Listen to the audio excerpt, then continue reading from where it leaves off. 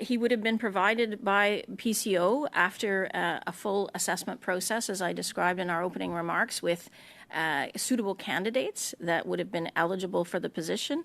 I will admit that once we hand that over to our colleagues in the Prime Minister's office, or to the Minister, I should say, that we don't have line of sight into what kind of conversations happen or what kind of further engagement ministers may or may not have with when candidates. you hand it off to the Prime Minister's office, that would be the appointment secretariat in the Prime Minister's office?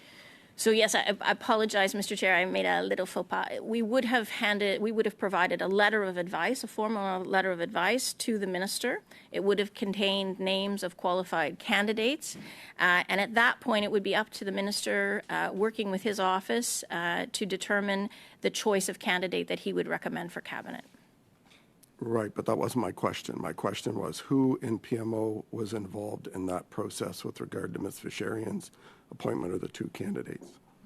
So, Mr. Chair, the Prime Minister's office obviously works closely with us. They are members of the selection process, and I couldn't speak to what kind of engagement they would have with the Minister's office or the Minister. It would be fair to say whoever heads the PMO appointment secretariat would have been involved. Who was that?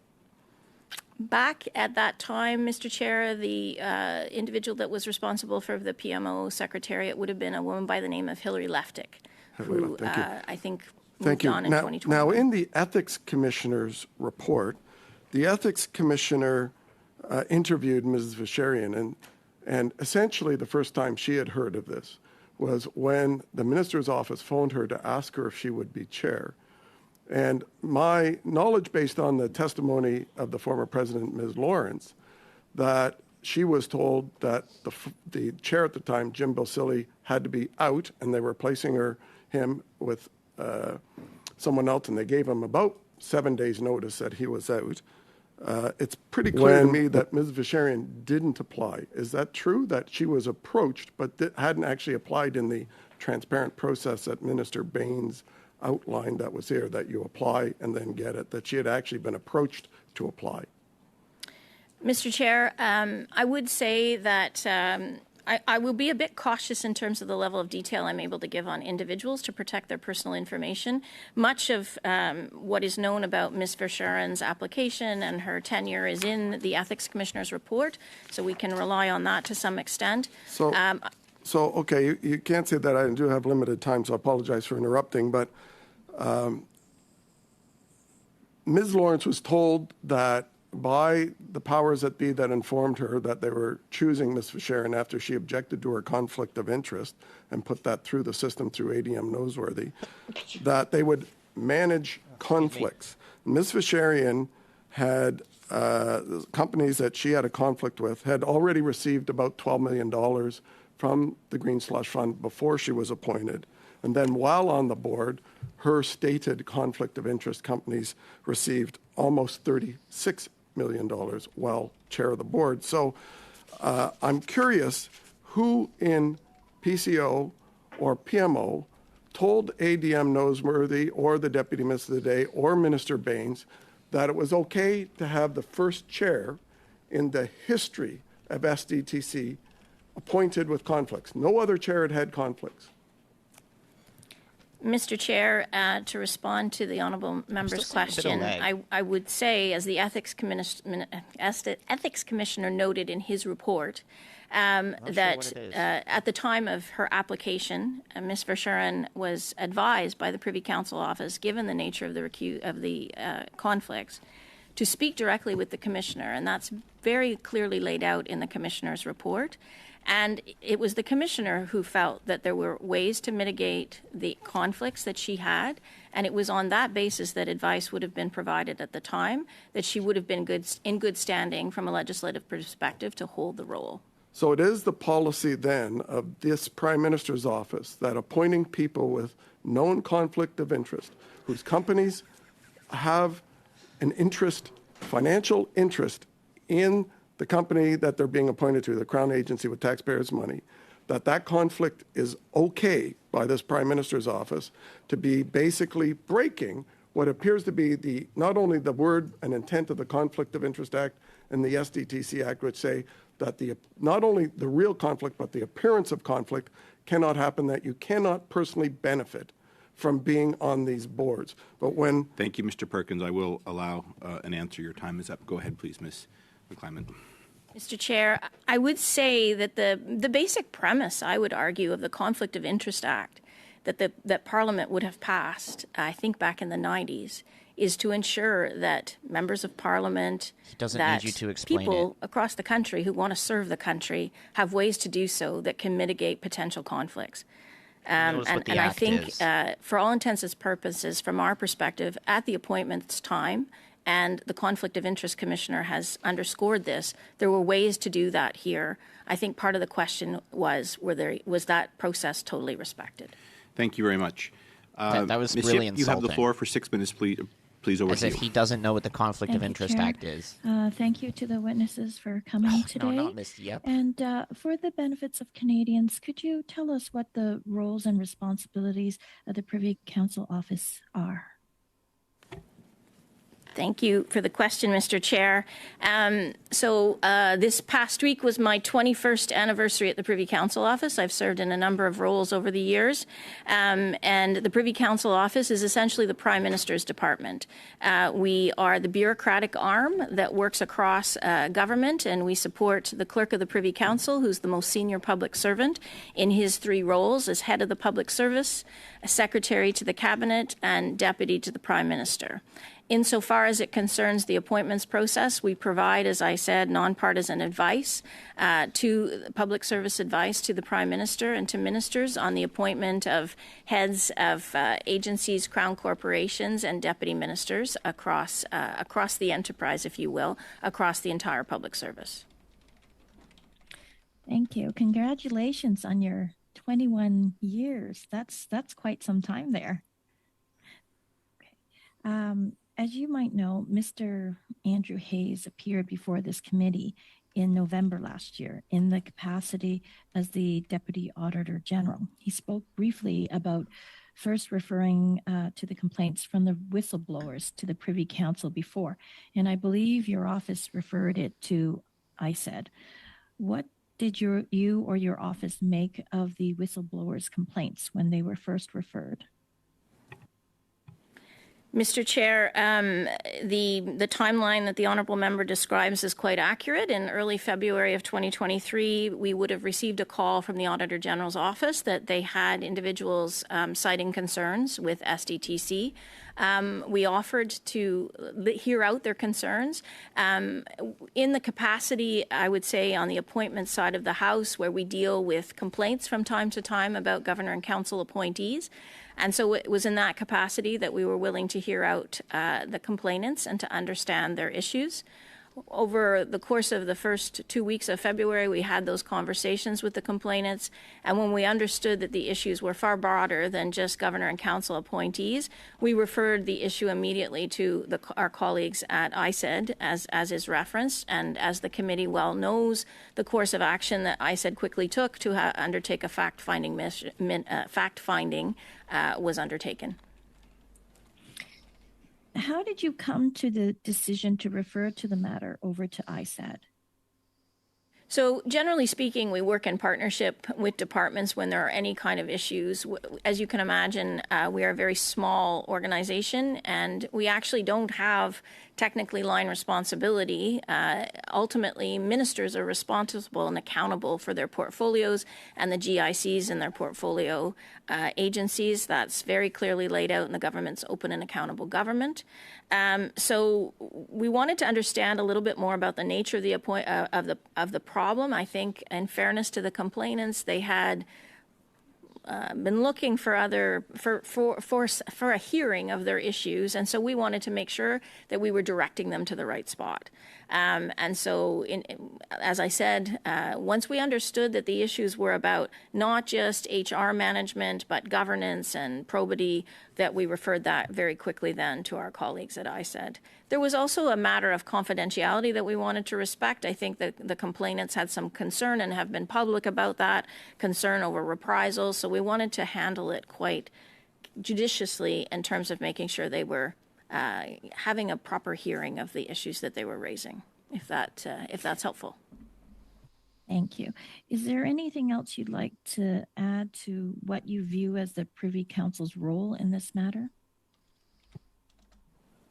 Mr. Chair, thank you for the question. I would just underscore that there is a very clear line between what we do at the Privy Council Office in terms of public service advice and the nature of appointments, where there is obviously the prerogative of the Minister and the Prime Minister to take decisions on the appointments that are the ultimate best suitable candidate for a role in their view.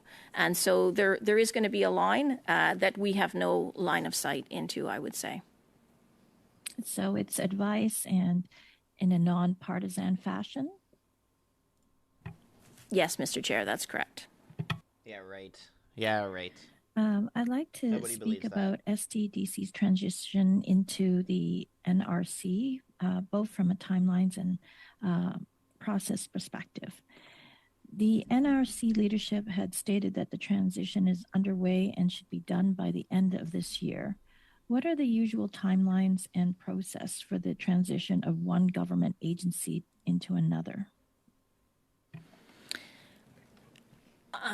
So I'll do my best to respond. I would just underscore that we're the appointments people, but I'll take a stab and try to be helpful in this. This would be more of a machinery of government question, but I would say this is pretty fast, to be honest with you, and I think it's the minister. And the department, I would give them credit for moving very quickly, Mr. Chair, in trying to address the issues and moving quickly to integrate the programming into the NRC and then ultimately into the Canada Innovation Corporation, as the minister announced earlier this June. So it is obviously, these things take time to integrate new programming into an organization. But I understand that Mitch Davies, the head of the NRC, was here earlier this week and explained that they're working closely with the SDTC chair and members to affect that transition. I think hopefully he was talking about March of this coming year, as I understand it. Thank you very much. That is the time. Maintenant, c'est Madame Sinclair. Now we give the floor to Ms. Sinclair de Gagné, who joins us on Zoom. You have the floor for 6 minutes, please. Thank you very much, Chair. I'd like to say hello to our witnesses. In this entire story, there's something else. When we look at the can't turn them decisions up made anymore. in the past, My audio is as high as it can go. and those that are concerned, there's a question of governance related as a fund like SDTC. I'm still trying to Those figure who out why it's follow slightly me lagging. a bit, I know there are many of them, think that there's too much margin to act. And SDTC, well, we're talking about public funds. There was a great deal of leeway, which allowed them to get funds. There could be public conflicts of interest, potential appointments that might have been problematic. So I see an issue here, and what we are seeing and hearing is that the government's plan in this respect, and I'd like to get answers, it was to create the CDC just to be another crown corporation like 2.0. How would there be a cautionary approach, one that would be attentive to public funds? We have no guarantees of this. At no time was there a desire for transparency or diligent use of public funds. What we've heard is that the funds will be transferred and the teams will be transferred. But what about the governments? Will it be changed? Will it be modified? And now I'm talking to the Privy Council. You're the ones who determine, as we saw in the report about the appointments. You'll be doing the same thing for the CIC. This will be the new vehicle for this type of funds. Why don't you manage these funds, for example, like we do with the same criteria of transparency, like the departmental funds? Mr. Chair, I would just note from the outset in responding to the honourable member's question that the Auditor General herself, when she's appeared before the committee, I thought her comments were quite insightful. And she explained that the nature of the structure of the organization created an inherent conflict. So to the honourable member's question, it's true. It was a very, and I would say, having been at PCO, as I mentioned, for a long time, this is quite a novel structure where you've got 7 directors appointed by the GIC, and then those directors appoint 8 other directors, and then that whole board then appoints foundation members. And they are good behavior appointments, which means they can only be removed for cause, which is a very high bar to remove appointees if the government loses confidence or trust in the directors, for example. So I would say it was designed that way and approved by Parliament back in 2001. And my understanding from what I've read in the media is that the intention at that time was to have a very arm's length organization that would work in the clean tech sector to support startup companies, if you will. The committee is well aware of that. So I think from an appointments perspective, it is a novel structure to the member's question. Going forward, as the member has noted, the intention is to have it under the Canada Innovation Corporation, and that legislation, again, has just recently been passed by the House, Mr. Chair, and the intention is to have a more typical corporation structure, if you will, where you have a director or a chair and directors appointed by the governor and council who serve at pleasure. And perhaps that will give the kind of structure that the committee is looking for in terms of accountability and transparency. I don't have a lot of time, but yes, I agree that the government's, the whole system and structure was a problem. You said it, and the Auditor General noted it as well. However, when we look at what was written, the leeway, it said the CAC will act as a partner and will have the necessary leeway to offer financing quickly and to offer programs that respond to operational needs. The CIC will also recruit private sector experts. That sounds a lot like what happened with the SDTC. If there's such a great proximity to the private sector, and we're saying right from the onset that they will have a great deal of leeway, we're finally just creating the same type of governance, not only in terms of the board, but also the way they grant funds. Should we not be even stricter and make sure these funds are managed, for example, like there's so that a citizen or a parliamentarian could see line by line how things are funded? People have the right to know what's happening. We should be able to have these funds managed by department itself. Mr. Chair, I would note that a decision has been taken by the minister, and an announcement has been made in terms of the structure going forward. I would just note from my part, from the appointments perspective, we will, obviously ensure that there's an open, fair, and transparent process to find directors for the Canada Innovation Corporation who have the requisite skills to ensure the oversight required. The skills to oversight themselves for the organization. To give themselves, their own companies, hundreds of millions of dollars, you mean? Encore une toute petite question, Madame. A quick question, Madame Sinclair Desgagnés. Yes. Why should we have another Crown Corporation? Why not just put this under the department? Why was the CIC decided as the vehicle for these funds? That's actually a good question. I wouldn't be in a position to give a perspective in terms of why that was chosen as the ultimate vehicle. I would say, however, they will be part of the portfolio underneath the responsible minister. They will have the necessary accountability structure, and I would just reiterate for our part, as the folks here to talk about appointments, that we will make sure that we find the people best suited to ensure that the organization is well structured and has the accountability mechanisms in place to ensure the right level of probity on these funds going forward. Thank you very much. Merci beaucoup. Suivant, up next, Mr. Desjardins, you have the floor for 6 minutes, please. Thank you very much, Mr. Chair, and I want to thank Ms. McClaimont for being back at it with his present pen with us today to answer these important questions.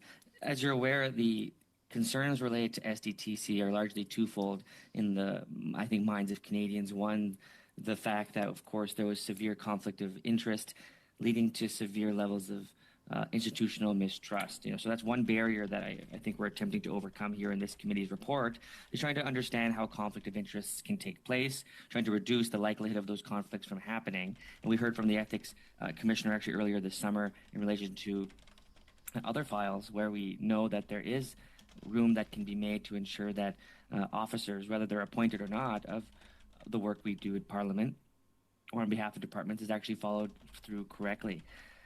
Part of the issue in SDTC, I think, was, as noted by the Auditor General, was in the actual appointment process of the actual persons who sat there, at least the oversight of those persons who would sit there. And I understand that may not be the function of your office today, but it may be something worth consideration. In order for me to best understand this, could you please describe, again, I know you did at the beginning of your comments, the clarity that your office has, or the Privy Council Office has, in the appointment process for SDTC? How many members were they to recommend, and what was the process to filling those the remaining vacancies?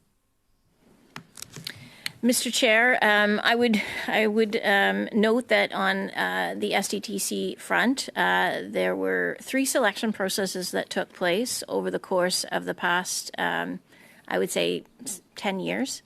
So starting in 2017, there would have been a process launched to appoint directors.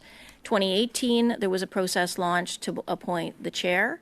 And in 2021, there was a third process launched that was to appoint the further directors to fill further vacancies on the board. The 7 positions that are the governor and council appoints. PCO, at that time, we would have been responsible for leading the selection process for those 3 processes. There would have been 3 other members on the selection committee. It would have had a representative from the department, a representative from the minister's office, and a representative from the prime minister's office. In both sets of circumstances, we would have had over 100 applications for the various roles, and we would have reviewed those as a selection committee to ensure that they met the criteria, particularly given the legislation itself. I would say, again, that it was quite a novel legislation in that it had very strict requirements to ensure that you had directors who were engaged in the development and deployment of sustainable development technologies, who came from all regions of the country, who were men and women, who came from the business, not-for-profit sectors, and also that the board itself in its entirety represented and had a good understanding of sustainable development technologies. So that, as you can imagine, would have narrowed down the field of eligible candidates that would have had those knowledge and skills. And the board, the last composition of the board had a fair representation, I would say, of members from across the country. So there were people from BC, Ontario, and I believe the Atlantic provinces and Quebec would have had board members. So on that basis, we would have undertaken interviews. We would have screened people to make sure they fit the criteria. We would have done conducted interviews. That point next. I apologize for having to interrupt. Just to back up on something I think that was important for our study, which was you mentioned 2 things that are important for me for clarification. One, who was present in the room at the time of the appointment reviews? You said a member of the Prime Minister's office, and I believe you also said a member of the Minister's office. Could you clarify which minister?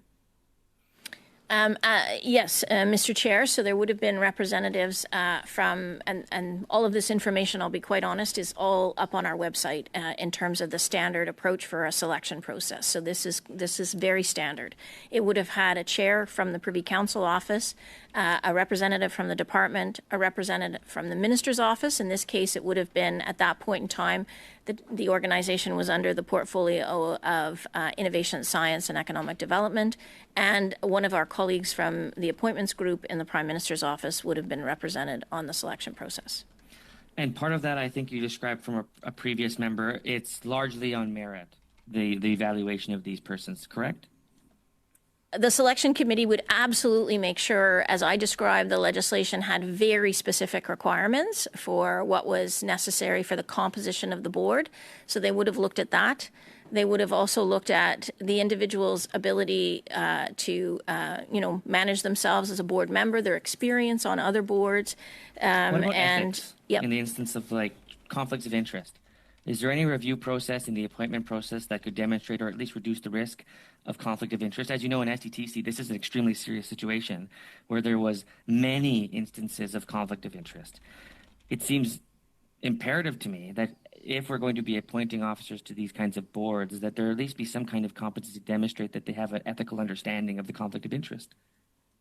Is there any questions within the review or interview process that clarify or create a process to determine how much risk a particular appointment could potentially create for an organization in the instances of conflict of interest? What anti-conflict of interest processes are there in the appointment process?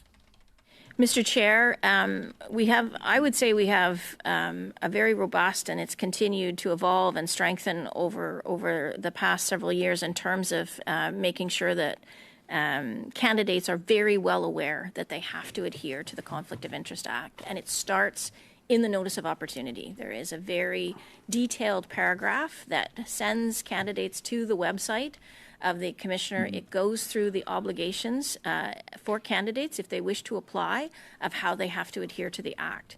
In the interview process, we ask the question point blank of candidates if they have any real or perceived conflicts in relation to serving in the role.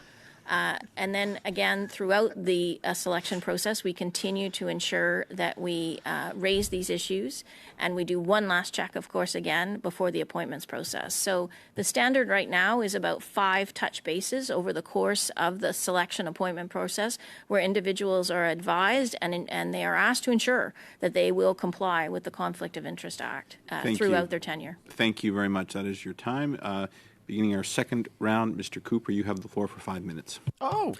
Thank you, Mr. Chair. Mr. Cooper Madame McClymont, you spoke about an open, transparent, and merit-based approach with respect to governor and council appointments. With respect to the process that ultimately led to the appointment of Annette Verscheren to serve as chair of SDTC, how did the search begin? Was there a public posting for the position of chair? Requirements where you need to be a Liberal insider who can give hundreds of millions of dollars Mr. Chair, to a as I friend. mentioned, the chair process was launched in 2018. And absolutely, that's part of our standard process that we post a notice of opportunity on our website for any Canadian to apply. So that would have been on our portal. There is also an outreach strategy that the department undertakes with colleagues to make sure that we are attracting candidates eligible. So with respect to that outreach strategy, was a firm hired to identify prospective candidates? Not to my knowledge. In this case, we have no record of a firm having been hired, Mr. Chair. When did Annette Verscheren make a submission with respect to her application? So, Mr. Chair, as I mentioned from the outset, there will be limitations in terms of personal information that I'm not able to divulge, but I would refer back to the Ethics Commissioner report that does detail in some length her, Ms. Verscheren's application process, if you will. So she did mention, I believe, in the report that she had applied. Well, we know that the minister's office approached Ms. Verscheren in April. Did she apply before that or after that? Was she recommended as part of the outreach initiative, or was it the minister's office? Because it appears that it was the minister's office that specifically went to Ms. Verscheren. Mr. Chair, I have no knowledge. I would have to. Thank you for that. How many candidates were considered? Good question. Mr. Chair, as I mentioned, there will be limitations in terms of personal information. I'm not asking for personal information. I'm just asking for an approximate a number. It was under 10, I would say. I would be able to say it's under 10, Mr. Chair. It's under 10. Now, you mentioned that there was a letter of advice sent to the minister with recommended qualified candidates. Was Ms. Verscheren's name on that list?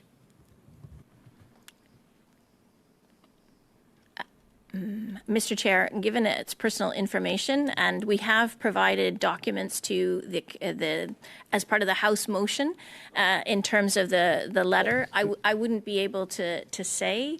Madam if her name was McClimate, on the I would letter. submit it's a highly pertinent question because there are serious issues surrounding Ms. Verscheren having conflicts of interest, including having received $12 million in funding from SDTC. A letter was sent from PCO with a list of recommended candidates. Someone has to be held accountable. Ultimately, it was the minister who must be held accountable, but I think Canadians deserve to know if the PCO signed off on Ms. Verscheren's name as a recommended candidate, notwithstanding the very serious conflicts of interest at play. Mr. Chair, perhaps one way I could come at the question is to note that the Ethics Commissioner notes in his report that she was part of the process and that PCO had told her prior to being considered for appointment that she needed to discuss her potential conflicts with the commissioner. So I think one can take from that and draw a conclusion. I'm not comfortable to go further in terms of protecting personal information of names in the would letter. It be, maybe I'll ask you this. Is it there possible is no, you don't have any confidence. that someone You're not allowed to. on the list of qualified or recommended qualified candidates could ultimately be appointed by the minister? Could that happen? Mr. Chair, I would note that in my time in this role, I have never seen us make an appointment that does not go off an advice letter. Now, with respect to that letter of advice, is that letter signed off by the Prime Minister's office? Mr. Chair, as we have detailed on our website, the selection committee is chaired by the Privy Council Office, and so it would have been one of my colleagues in my group who would have signed off on the letter advice to the minister. There would have been PMO involvement?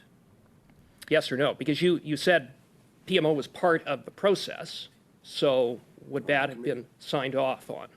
Mr. Chair, as I noted, yes, the Prime Minister's office would have been part of the selection process alongside ourselves, the Minister's office, and the department. So Trudeau got to handpick his friends. When did the... Mr. Cooper, I'm afraid that is your time. Okay. Apologies.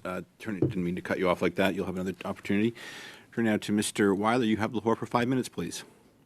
That just proves it. Trudeau got to Thank you very handpick his much, friends Mr. Chair, for and I do wanna thank our $393 million. witnesses for being here And they today as we just continue our study on took it. SDTC. And I very much appreciate the witnesses' answers to my colleague, Mr. Desjardins' questions about how you, what the process is when you find a candidate that may have a conflict. But my question would be is, how often do you see a candidate that may have a conflict?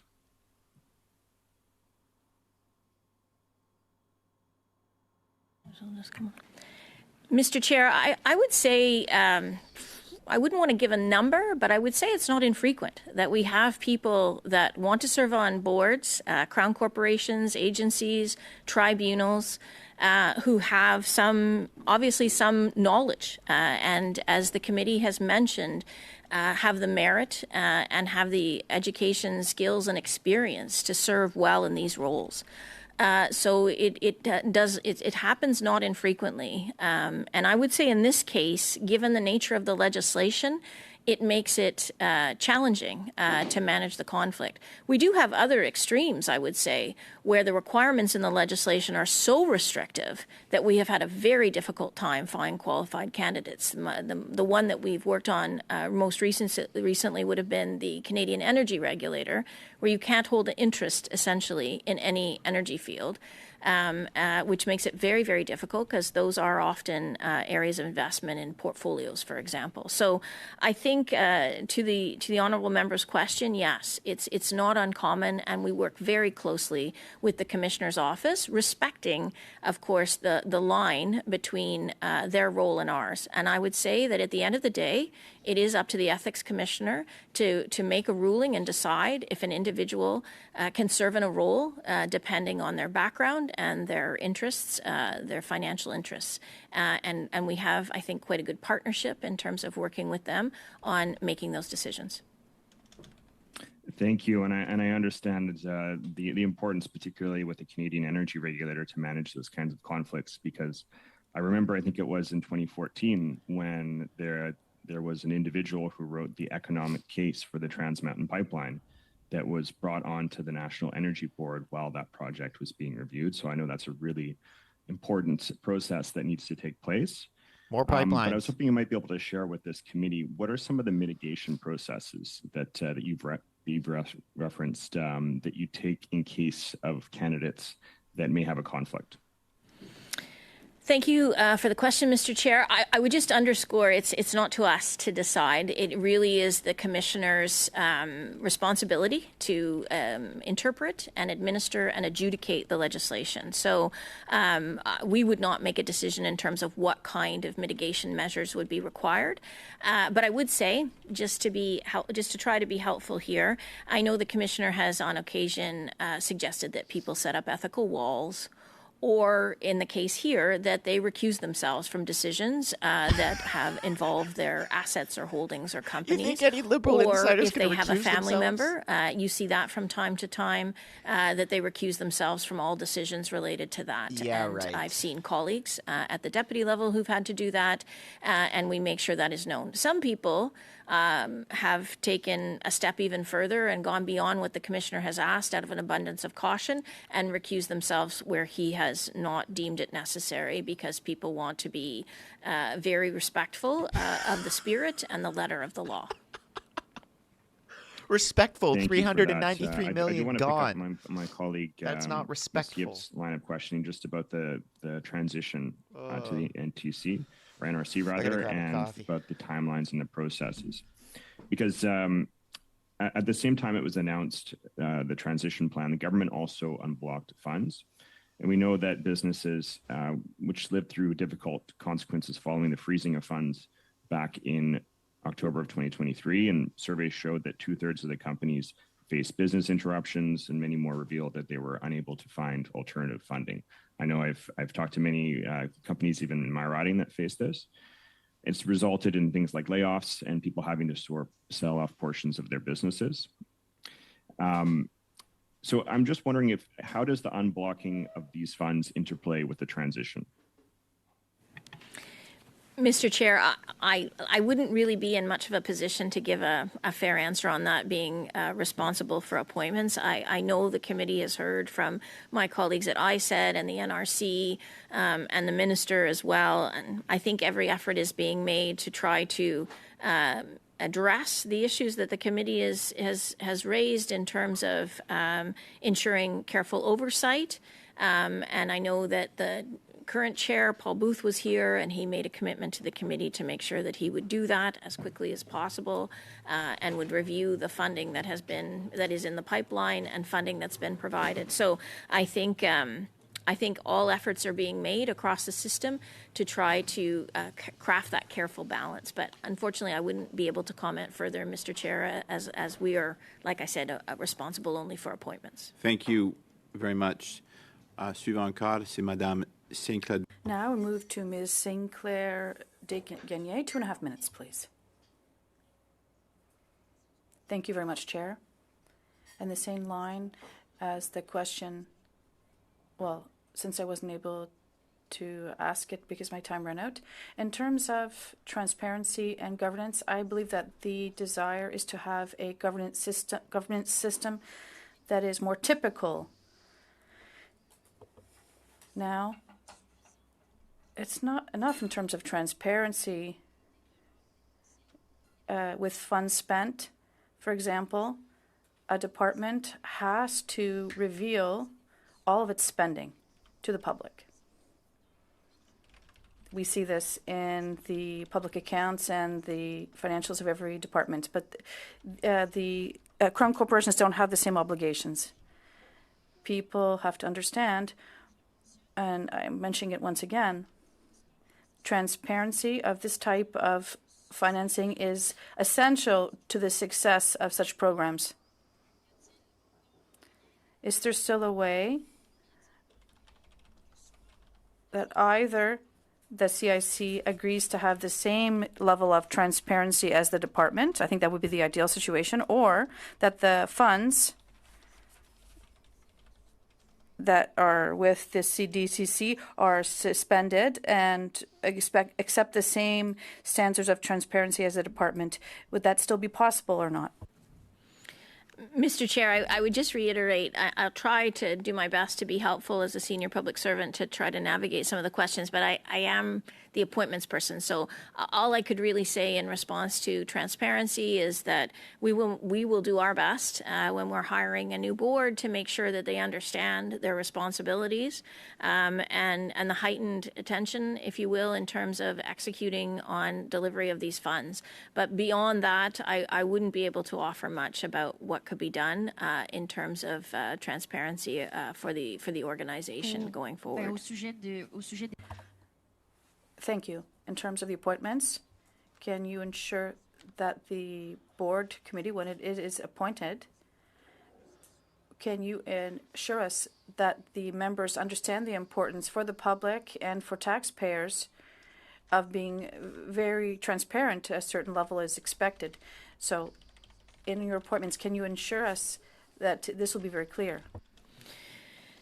Mr. Chair, so my understanding is that the CIC will get up and running probably in 2026.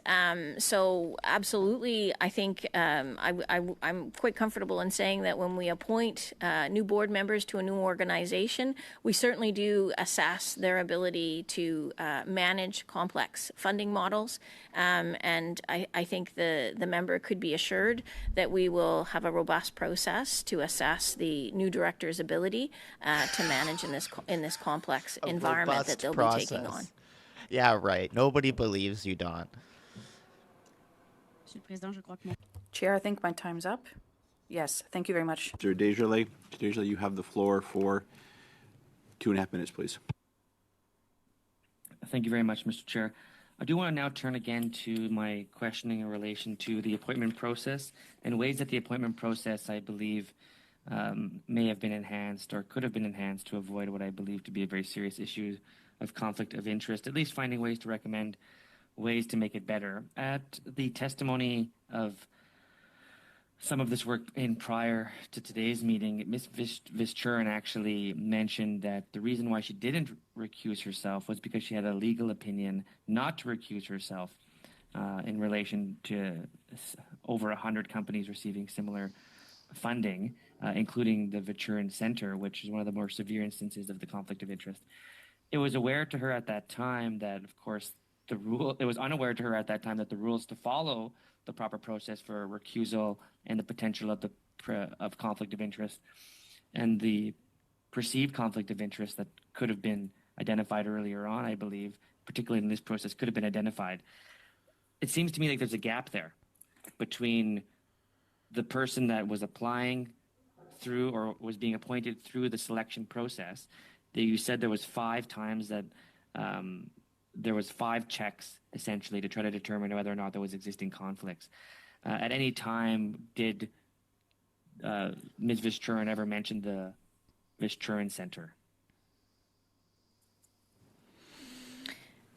Mr. Chair, I thank you to the honourable member for the question. I think it's quite a good question in the sense that we do make sure that people understand their obligations and that over the life of their appointment that they will respect those obligations. I would say in this case, referring back to the auditor or the ethics commissioner's report, it was disappointing, to be quite honest, that she received legal advice that was not consistent with the legislation. And I've actually used this as an example recently with colleagues, with deputy colleagues. I've raised it on several occasions since the Ethics Commissioner's report has come out to remind colleagues and to remind their colleagues in portfolio agencies that, as I've said several times here, that the interpreter and the adjudicator of the Act is the Commissioner, not outside legal counsel or not even our own legal counsel. I think many of us have a kind of instinct to take the advice of the lawyers directly, and this is a bit of a cautionary tale, and I think the Ethics Commissioner said as much in his report. So I think you're bang on. It's very important that candidates, that appointees understand that if they have questions or they're not sure, they have to refer back to the commissioner himself, and they'd have to adhere to the legislation. Thank you very much. My question. Sorry, Mr. Chair. Thank you. Up next, Mr. Brock, you have the floor for 5 minutes, please. Yes, Mr. Brock. Thank you, Chair, and thank you for the witnesses for your attendance today. I'll largely be addressing my questions to you, Ms. McClymont. And I think I want to continue on the thread from my colleague, Mr. Cooper, where he had left off in terms of the process by which Ms. Verschaeren was ultimately appointed as chair. I know you can say hindsight's always 20/20, that reflecting on her finding of guilt under the Conflict of Interest Act ×2, you can say, well, I guess we should have taken some lessons from that and perhaps reinforced the conflict of interest provisions within the hiring sphere. But I guess what troubles me, and I'm sure troubles Canadians, is that there were red flags all over the concept of even entertaining the thought of hiring Annette Verschaeren. Much communication happening from the past president and CEO, and nothing really was done. And I know, Ms. McClymont, you're relying upon the advice and basically saying we encouraged her to obtain information and advice from the ethics commissioner, and clearly she did. But the advice that she received from the ethics commissioner, she didn't follow. Not only she did not follow, but other directors did not follow. Hence, we're in this boondoggle of $390 million of taxpayer funds inappropriately being handed out to companies that were legally not eligible, and for directors basically patting their pockets. So this is leaving a real sour taste in the minds of Canadians as to what kind of shenanigans are going on with Justin Trudeau and his government. He told her point blank, not only do you have to declare a conflict, you must recuse yourself. She didn't do that. Mm-hmm. On the basis of that, she was found guilty ×2. Mm-hmm. So I want to go back to the process. You mentioned that there were under 10 applicants who were applying for this position. I want an actual number.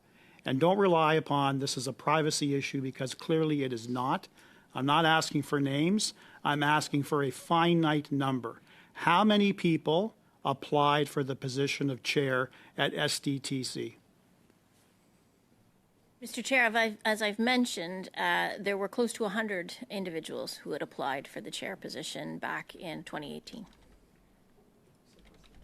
You told me less than 10. I was responding, Mr. Chair, I was responding to Mr. Cooper's question about the number on the advice letter that went forward. That was less than 10. Well, let's go back. Over 100 applications? Mr. Chair, I would clarify there were close to 100 Close to 100. Of that 100, you vetted that down to under 10. Is that correct? That's correct, Mr. Chair. Okay. What was the number under 10? Mr. Chair, as I've mentioned, out of respect for privacy and That's personal not good enough, information- Mr. Chair. I'll remind you, ma'am, of the supremacy of Parliament and the supremacy of this committee. The issue of privacy does not apply. I'm not asking for names.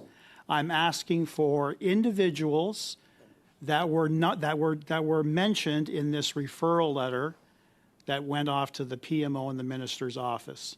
That is not a privacy issue. And if you claim privacy again, I will seek direction from the chair, because we have a right to demand that number and the documentation that flows from that. So I'll ask you again, out of respect, what is that actual number? I will not accept under 10. Let me just interject here, just to assist the witness. So Mr. Brock is correct about By the way, privacy. thanks, David. Now, we're a long Appreciate way that super from chat. asking for any information from that. But I do think he is within his rights to ask for a number. Now, if you need to come back to us with that number, we'll accept that. At least that would be my right recommendation. But I do think you need to provide a little more specificity because there's a lot of numbers under 10. So if you would, please. Yeah, you do So, have to answer Mr. the Chair, question. I appreciate your intervention. Our standard is that we don't divulge when it's less than 10, but I appreciate your offer to assess that and come back to the committee. So we will do that. We will check with our council and see if we're able to provide the number You don't of names that were provided in the chair advice letter. That answer subcedes is privacy. unsatisfactory to me. She's taking this request under advisement and obtaining legal information, legal counsel as to whether she can release that number. Again, I repeat that this is not a privacy issue that can trump the supremacy of Parliament and the supremacy of this committee. I will be asking this witness again to provide that information to this committee, an actual number of individuals that made it on the referral list. Yeah, I will function here at the direction of the committee now. It is my view that if you have that number, you should provide it to this committee. There is no, from this committee's point of view, there is no legal obligation for us to wait for a response. Out of courtesy, if you don't have that, that'd be one thing, but that's not the answer you gave. It is also unusual for PCO to appear before a parliamentary committee like this. These are unusual circumstances because of this board. I would urge you to provide Mr. Brock with that answer. It does not violate any privacy considerations that you might be under that we are not under. And again, doing so, I think, would be forthcoming to this committee, which I think you should be. It would also steer us away from the committee taking additional steps to require you to provide that information. So I would urge you to provide the number to Mr. Brock, please. Here. Make her answer. I'm not, to be completely honest, I'm not sure if I have the exact number with me. So I would like to, if, Mr. Chair, if it is possible, if I could just verify and we could get back to the committee with the number, if that's okay. Is that just for clarity? Is that something you can verify in the next hour, or are you seeking? Okay, that'd be helpful. Thank you. So we'll look for that and we'll deal with this before noon, Mr. Brock. Mr. Brock, I'm afraid your time is now up. So you'll have another opportunity, I believe. Turning now to Ms. Khalid, you have the floor for 5 minutes, please. No, thank not you. Ms. Khalid. Thank you very much, Mr. Chair. No. And as I continue to participate in this committee, I always see people, witnesses who spend their time coming in, sharing in good faith information with this committee and being put through the ringer. It's unfortunate, and I obviously encourage continually to my colleagues to please respect witnesses and to respect the legislation under which we are governed. I understand and appreciate the relevance of Parliament in how we operate, but I also want to stress that there are branches of how we operate as a democracy, and that we should act responsibly with the powers and privileges that we are given within our Parliament. Now, Ms. McClymont, you had made reference to production of documents, and as you may know, there was a Conservative motion that had been adopted in the House requiring the production of documents related to SDTC to the law clerk with the intention of providing these documents to the RCMP. Now, the Conservatives are egging the RCMP to start criminal investigations, and I don't think that's fair. It is quite an abuse of the powers that they're privileged to have in our democracy. Now, if I'm not mistaken, as you indicated, PCO plays a central role when it comes to production orders of this type, leading the process and providing guidance to departments. With regards to this production order, multiple offices implicated have raised some serious alarm bells. Earlier this summer, the RCMP commissioner raised the alarm, saying that there were risks that this motion compromised its investigative processes and police independence. Now, in your experience, have you seen a production order from Parliament that compromises institutions' independence in this way? Mr. Chair, I would just preface that, again, I am a senior official from PCO. To be sure, we are focused on the appointment side of the House. I would say for our part, consistent with my previous comments, we do take very seriously our obligations under the Privacy Act, and we do redact information that is of a personal nature to protect appointees so that they do feel they can come forward and put their candidacy and be protected. And so that is absolutely what we did in this context for our part in senior personnel. What are the dangers of information? For example, if the candidates are their names are released or their general vicinity is released, what are the consequences to those people having seen the kind of dirt and mud that is slung at everybody in our democratic system in terms of applications, in terms of pushing forward the agenda of SDTC and of PCO? Pushing the agenda to have liberal insiders get hundreds of millions? I would say we really try to encourage people across the country to apply for these processes. I've over my time in this job, I've heard some very heartwarming stories of people who want to serve very, very much and are very grateful for the opportunity through an open process to do so. If that is breached, then we betray that confidence in people who have put themselves out there, who may not be successful for positions, who come from a very high stature across the country. So it would be very disappointing. It would cast a real chill for people to serve, and there's lots of public commentary these days about people not wanting to serve for a variety of reasons in a kind of heightened public and social media environment. So I would be very disappointed if we were to take steps that would anyway risk confidential information being provided that would hamper or cast a pall on people's interest in applying for positions.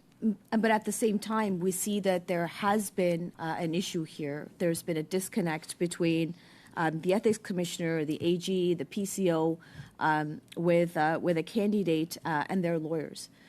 How do you think that this transition to the NRC is going to help with increased oversight, for example, of these kind of appointments? What is your office doing to make sure that these kind of disconnects and that general mistrust in the entirety of candidacy that is not impacted? Mr. Chair, I would say for our part, we will continue to look at ways to strengthen people's understanding of their obligations under the Act.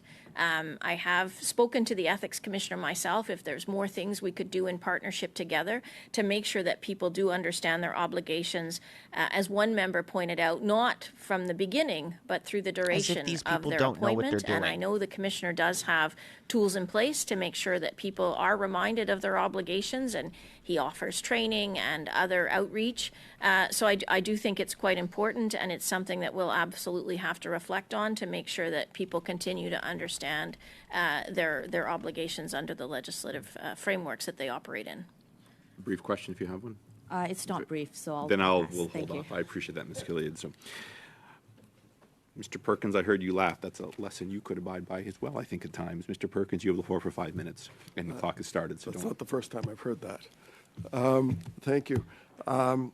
So I just want to be clear. Former Minister Baines testified before committee that he got a letter from PCO with 2 names. Former CEO Leah Lawrence testified before committee that she was told from the minister to vet the 2 names that PCO had given. Both had conflicts. One chose not to put their name forward when asked. The other one said, sure, no problem. And the other one was Annette Vacherian. So I'm a little unclear, since we've had lots of testimony, what the reluctance is to say 2 names are given, since we've had lots of testimony from the former minister, the chief of staff of the former minister, and the former president, that that's what was given to them. Mr. Chair, that's fair. Like I said, we will check on that, Mr. Chair, as you've offered to do, and we will come back and we will clarify on the names. I would say it's pretty standard process when we put the names forward that the minister may decide to meet with individuals, and it is unfortunate sometimes people do decide to back out if they feel that they are not going to be able to meet the ethical wall obligations. I appreciate that. I just want to help understand, besides what MP Brock said, I think it's really important to understand when Ms. Vacherian was appointed with her managed conflicts as a testimony, Leah Lawrence, the president, said there was a board member pre-2019. They had stepped back from the organization to recuse himself. But later, when Ms. Vacherian was appointed, it was about a year after she was appointed, the individual came back and said, well, given that direct conflicts are now allowed, I'm going to go back on the board in this organization that was funding a company that he was going for. Now, I asked her who that was, and she said Guillemette was another PCO recommendation, presumably. It was a GIC appointment. And Guillemette loved the conflict allowance so much that while he was on the board, $16.2 million of taxpayer money went to companies he had a conflict of interest in and an investment in. He even admitted that he voted for one of them in committee. He voted for $4 million to a company he owned. So it doesn't seem like the process works on trying to prevent people from abusing and taxpayer dollars in this way that the Prime Minister's office has set up in their clear and transparent way. So why is it that PCO doesn't seem to monitor conflicts of interest once they appoint these people to the board who declare they have a conflict? Mr. Chair, I would reiterate our role again in appointments. We launch the selection processes, we run the selection processes, we provide advice ultimately to the minister. When an appointment is made, as I think has been explained to some extent, and they become part, a governor and council becomes part of an entity, they then fall, as I would argue, under the responsibility of the organization and ultimately the minister. And I would say in this set of circumstances, from what I understand from the testimony that's been provided to the committee and what the organization themselves had done, they had put in place some robust processes. They were trying to respect, I think, the ethics commissioner's direction. They were so robust, so there's no obligation on your appointment process afterwards to see whether or not those who have been identified to have a conflict of interest actually live by the rules. So the robust processes were that 82% of the transactions that the Auditor General looked at, that's 186 of 226 projects, which was a small sample of what this $22 billion organization has given out over the years. 186 of 226 were conflicted. That's 82% of the GIC PCO recommended appointments were voting money for companies they had a conflict of interest with. And there's no obligation. The minister said he didn't have any obligation when before that. He said, PCO told me to do this, which of course means PMO. But there's no obligation to actually follow up when it's an identified conflict of interest to make sure they're not breaking the conflict of interest law. Mr. Chair, I would reiterate again that our role is to make sure people understand their obligations under the Act, and it is the Conflict of Interest and Ethics Commissioner, as set out in statute that was passed by Parliament, who is responsible for interpreting, administering, and adjudicating, which means that he does undertake efforts to ensure that appointees understand their obligations under the Act. And if there is a problem, as we've seen in this set of circumstances, he will investigate and he will make findings. Mr. Perkins, I'm afraid that is your time. Turning now to Ms. Bradford. Ms. Bradford, you have the floor for 5 minutes, please. Thanks again, David Edwards. Really appreciate that. Thank you, Mr. Chair, and thank you for the witnesses for attending this morning. Do you believe that specific industries require private sector experience? Mr. Chair, I would say it, generally speaking, it will depend on the individual circumstances. One thing I would say I've learned over the years in appointments is there is not one piece of statute that has exactly the same appointment provisions. Almost every statute for appointments has very specific provisions and different provisions. So, for example, as I've outlined here on SDTC, there are very specific provisions that require certain aptitudes, skills, knowledge, and experience in order to fulfill a role as a director.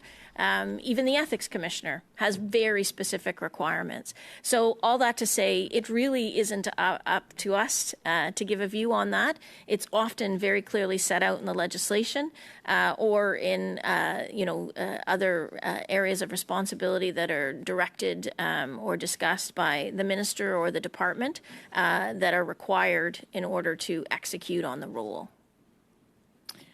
Thank you for that. Now, you have mentioned before that many of the GIC appointees do have previous connections to the industry. And we've heard before how small the clean tech industry is.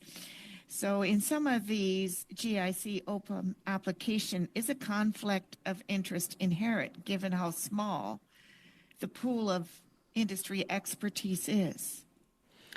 Mr. Chair, I would agree with the honourable member's question, and I would note that the ethics commissioner or the Auditor General herself said the Act inherently creates conflicts by requiring certain characteristics and aptitudes and skills and experience. And I would say that this is a challenge across the board. At the end of the day, we don't often have a huge candidate pool. And as we were speaking about previously, it's becoming, I'll be honest, more and more challenging to attract good people to serve in public positions for a variety of reasons. Conflict certainly can be one of those reasons. I would agree with the honourable member's premise that sometimes there are going to be conflicts when you're looking to attract people that come from specific sectors. Another challenge faced by the clean tech industry, given that it's so new and innovative, is their ability to raise capital. Do you believe that these sorts of funds, such as SDTC, are necessary to ensure the growth of Canadian-led and run industries and businesses? Mr. Chair, I wouldn't really have a view on that. As I said, I'm responsible for appointments at the Privy Council Office. At the end of the day, the government of the day, and this would have been in 2001, the government at the time obviously made a decision, and I know there's been lots of public commentary about the importance of the organization. From a policy perspective, ultimately it really would be the government's decision in terms of whether they feel that this tool of a foundation is the appropriate policy response to help support a particular industry. Now, over the course of the selection basis, is there an inherent problem with the conflict of interest declarations? What? Mr. Chair, I'm not 100% sure I understand the question. I didn't get the question either.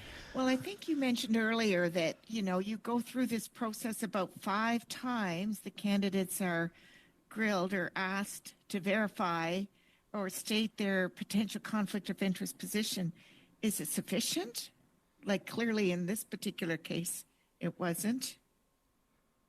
I think I would say that I feel that we ask many times, as I've said, and it's written very clearly in the application. You could go on the website right now and you would see an application and you would see it very clearly laid out. These are your obligations under the Conflict of Interest Act, and I would give credit to the Commissioner and his office. They have very clear information on their website for yourselves as well as members of Parliament.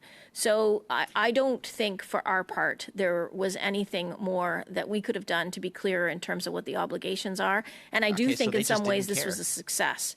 The individual was referred pre-appointment to the Commissioner. The individual has pointed out they spent 2 hours with the Commissioner going over their assets and their potential conflicts. So I think it was quite detailed in terms of the support that was provided from the outset of the appointment. So I do think that we're doing everything we can, but absolutely we're always looking at ways to improve, and we will give some consideration going forward of more that we could potentially do. You have a So brief, in your brief follow-up. Go previous- ahead. Just keep it brief, Ms. Bradford. In your previous testimony, you did refer that you felt there was perhaps a need for ongoing conflict of interest training. Like they declare when they get appointed, but then conflicts can occur as they're acting. Who would provide that COI in your training, in your opinion? Who would be best positioned to do that? So, Mr. Chair, I would say, as I mentioned, the Commissioner does do a fair amount of outreach and public information sharing. So I think a lot of that is already happening. I think the organization here in question had their own protocols and procedures in place. As we've noted, unfortunately, they weren't consistently followed, and the Commissioner has pointed out that himself. I think at the end of the day, to answer your question in terms of who is responsible, it would certainly be the Commissioner in partnership with the organizations and the organizations in partnership with departments. And it is something, as I've mentioned, I have raised with my deputy colleagues to be mindful of and to have a look at in terms of the report from the Commissioner of things to be careful about in proceeding in terms of dealing with conflicts in organizations. Thank you, Thank you for very that. much. Appreciate that. Suivant encore, c'est Madame Sinclair. Now we go back to Ms. Sinclair Desgagnés, for 2.5 minutes. Thank you, Chair. Another topic that is important in terms of SDTC, which had an objective to encourage sustainable development technology. Well, if you look at the mandate of the CIC, which will cover industrial resource support, support for industrial research, and the funds that will be transferred. But there is practically nothing in terms of the goals for sustainable development. Now, I'm asking you, in terms of transparency, you answered a question, but in terms of sustainable development, do we still have the same objective? Will these funds that will be transferred still have the same objectives in terms of sustainable development? Will it incite the private sector to develop this? Because it's really not clear. Mr. Chair, I would just reiterate that unfortunately I'm not responsible in terms of governance, just the appointments person. So I wouldn't really be able to give a view.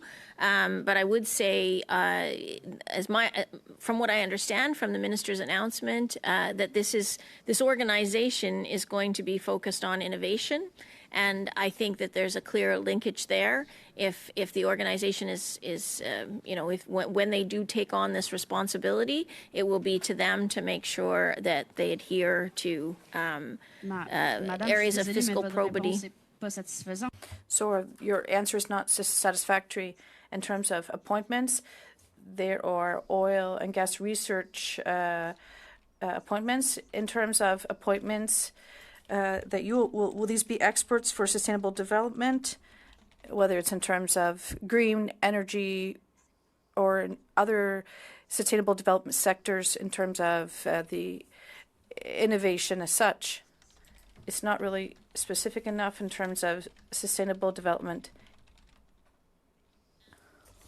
I think I would say that at the end of the day, the organization, when we're setting up the appointments for the directors and for the chair, absolutely to the member's question, there would be a requirement to make sure that there are individuals that have a clear understanding of the breadth of the responsibilities of the organization. In this case, it would include sustainable development technology. So I would expect that we would look to have people that would have knowledge in those areas to serve as directors. We're a bit of a way out, I would say, as the organization is going to be, as I understand, stood up and transferred by 26-27. So this is something we'll definitely keep in mind going forward. Et voilà, merci beaucoup. Vous allez encore. Thank you very much. You'll have another opportunity later, Ms. Sinclair Desgagnés. Also, for 2.5 minutes, please. Thank you very much, Mr. Chair. I do want to just return to the topic of Ms. Verschuren's appointment to SDTC. While it is a very strenuous process, I would agree, for the proper review of appointments. to positions like this in your capacity. I do believe there are still gaps, and I think the Ethics Commissioner points to some of those gaps. I think your testimony in other committees related to ongoing checks also is more in line with what I'm hoping to get from a response. The Ethics Commissioner noted that incorrect legal advice, as you mentioned, caused Ms. Verschuren to deviate from the standard practice and thus led her to contravene the Act. What information at the time of your review of these persons, how much information are they aware of in terms of the Act and its requirements? Like, was she aware that she was contravening the Act? So, Mr. Chair, I would respond that the notice of opportunity very clearly states, as I said, the obligations under the ethics, the Conflict of Interest Act. We have a link to the Act and to the circulars that the Commissioner provides. We also make very clear in our notices of opportunity the requisite skill set, and when there are obligations under statute for criteria, we make that available as well. So I would say from the outset, when someone would have applied to be a chair or a member on this board, they would have had that information very squarely in front of them when they put their candidacy forward. So Ms. Verschuren made a choice, is what you're saying. She made a choice. She had knowledge of the requirements of the Act. You, in your capacity, ensured that a potential appointment, including Ms. Verschuren, had full awareness and knowledge of the requirements of the Act. You just stated that now. She went on, of course, to either ignorantly ignore those requirements or act in a type of self-interest that resulted in the conflict. Yep. Would that be a fair assessment? Yep. Mr. Chair, I would just refer back to the public record of the Ethics Commissioner, who noted it was very unfortunate that on these particular occasions in question that the legal advice did not align with the legislation and his interpretation. So I wouldn't offer anything further than what the Ethics Commissioner himself said on this matter. Thank you call very a much. spade a Looking spade. forward in terms of the transfer of this work to the National Research Council, what role will you play or your office in determining the selection of their new board? If they choose one. Sorry. If there is one that is different than the current board of SDTC, which is volunteering for its transfer. So, Mr. Chair, there would be two separate and distinct elements, I think, in terms of the governance structure surrounding the new approach, if you will. So in the first instance, as you heard on Tuesday from my colleague, Mitch Davies from the NRC, they will be administering the funding, and the NRC does have a board that has a chair and members, and so we would be responsible for supporting any appointments to that board. I think it's got a pretty full board right now with no foreseeable vacancies coming. There are 2 vacancies on that board right now, so it's possible that we may be making appointments to the NRC board. And I would also note, as I've explained previously to other members, that the Canada Innovation Corporation is to have a chair and directors, and I would expect when that organization is struck that we would be responsible, as we are in most instances, for running a selection process for the chair position and the director positions. Thank and it you. would have all the standard elements that I've been describing here today. Thank you very much. That is the time. You'll have one other additional opportunity, Mr. Digely, for further questions. Turning now to Mr. Cooper, you have the floor for 5 minutes, please. Thank you, Mr. Chair. Madame McClymont, did I hear you say in answer to a question by MP Bradford that you would characterize the appointment process with respect to the chair and board of SDTC to be a success? Mr. Chair, I would note that I think what I was mentioning was the fact that there was a consultation done in advance of the appointment to emphasize, as was pointed out in the Ethics Commissioner's report, and I guess what I would say on that is that to me is a best practice, that if somebody does have a conflict, that they go to a potential conflict, that they meet with the Ethics Commissioner in advance. Madam McClymont, it was conflict upon conflict upon conflict, because it wasn't just Ms. Verscheren, who had a conflict. One, Stephen Kukucha, a Liberal insider at Trudeau Organizer, had received $20 million in funding from SDTC, and yet he was appointed to the board. Guillaume, months before his appointment, had received millions of dollars in funding from SDTC. There seems to be a pattern here, and that pattern under this government's watch is, in order to be appointed to SDTC, one must have a conflict of interest. How else are these people being appointed, with the disastrous result of $330 million taxpayer dollars that improperly went out the door, funneled into the companies of these very same insiders who had conflicts of interest right out of the gate, and yet they got through the process? Hardly a success.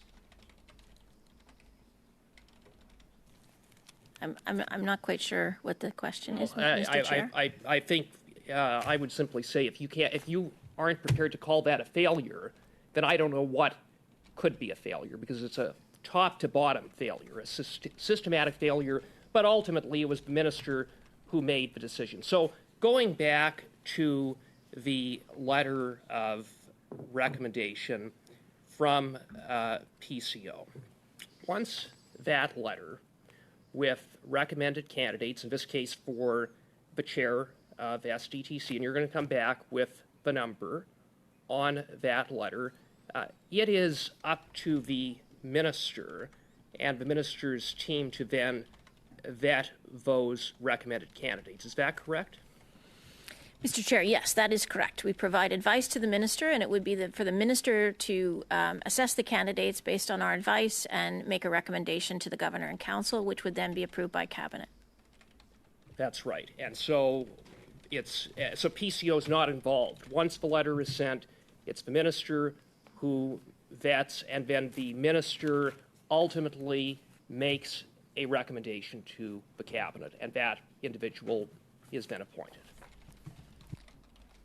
Mr. Chair, yes, that is correct. The minister would make a recommendation. For further clarity, he would send in a ministerial recommendation, or she, to the governor and council. And once we do a security and background check clearance, then the individual in question would be brought forward for cabinet consideration.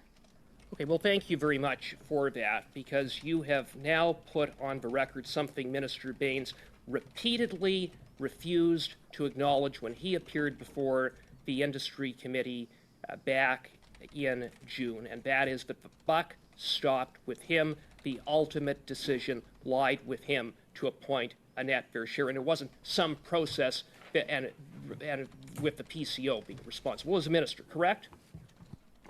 Mr. Chair, just to clarify, I would say that we would have provided advice to the minister, and the minister, based on the advice provided by the Privy Council Office following a selection process, would have made a recommendation to the governor and council. Would PCO undertake due diligence reviews of each of the candidates with the view of identifying conflicts of interest?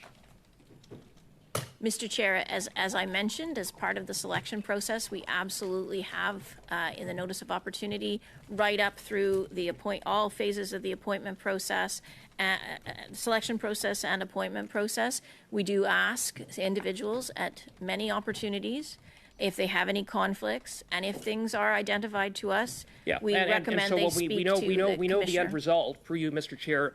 The minister just ignored issues of conflicts of interest, because how else would Ms. Verscheren be appointed? How else would Stephen Kukucha be appointed? How else would Mr. Ouimet be appointed? The minister simply didn't care. It came down to handing out appointments to Liberal insiders. Conflicts be damned. Thank you, Mr. Chair. Thank you. The floor is yours if you have a response, but I did not hear a question there, but I will allow a response, Ms. McClement. I appreciate that.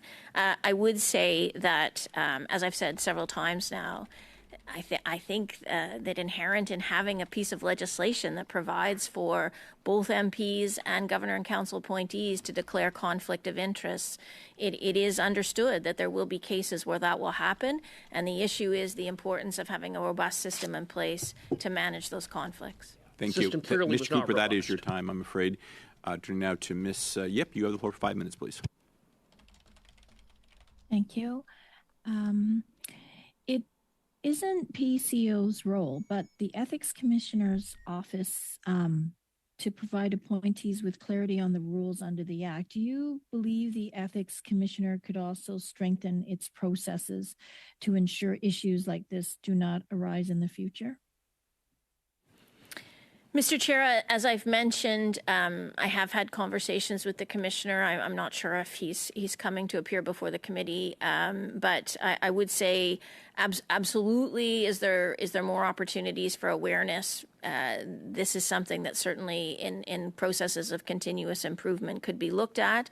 It would really be up to him, obviously, to decide. As I said, I actually find, as a governor and council appointee myself, they send out regular circulars to us. They send out reports. The Verschuren report would have been sent to all governor and council appointees as an information piece, which I myself read with great interest long before I was asked to appear before this committee. So I think they do a lot. And I think it's the onus is on the individual to make sure they understand their obligations. Is there more we could do? For sure. In many cases, there's more we could do. I wouldn't want to put the commissioner on the spot in terms of the resources that he has available. But it is certainly something I will continue to talk to him about if there's more that we can do to make sure people are aware. Pardon me, you mentioned that PCO is making 2 appointments to the NRC board. How does your office assess these candidates? Mr. Chair, as I mentioned, I noticed on our website there's 2 vacancies, so we would normally run a process. Like I have said from the outset, we would post a notice of opportunity on our website, and we would invite people to apply, and we would assess those applications. So sometimes, depending on the requirements under the legislation, we don't fill all the positions available.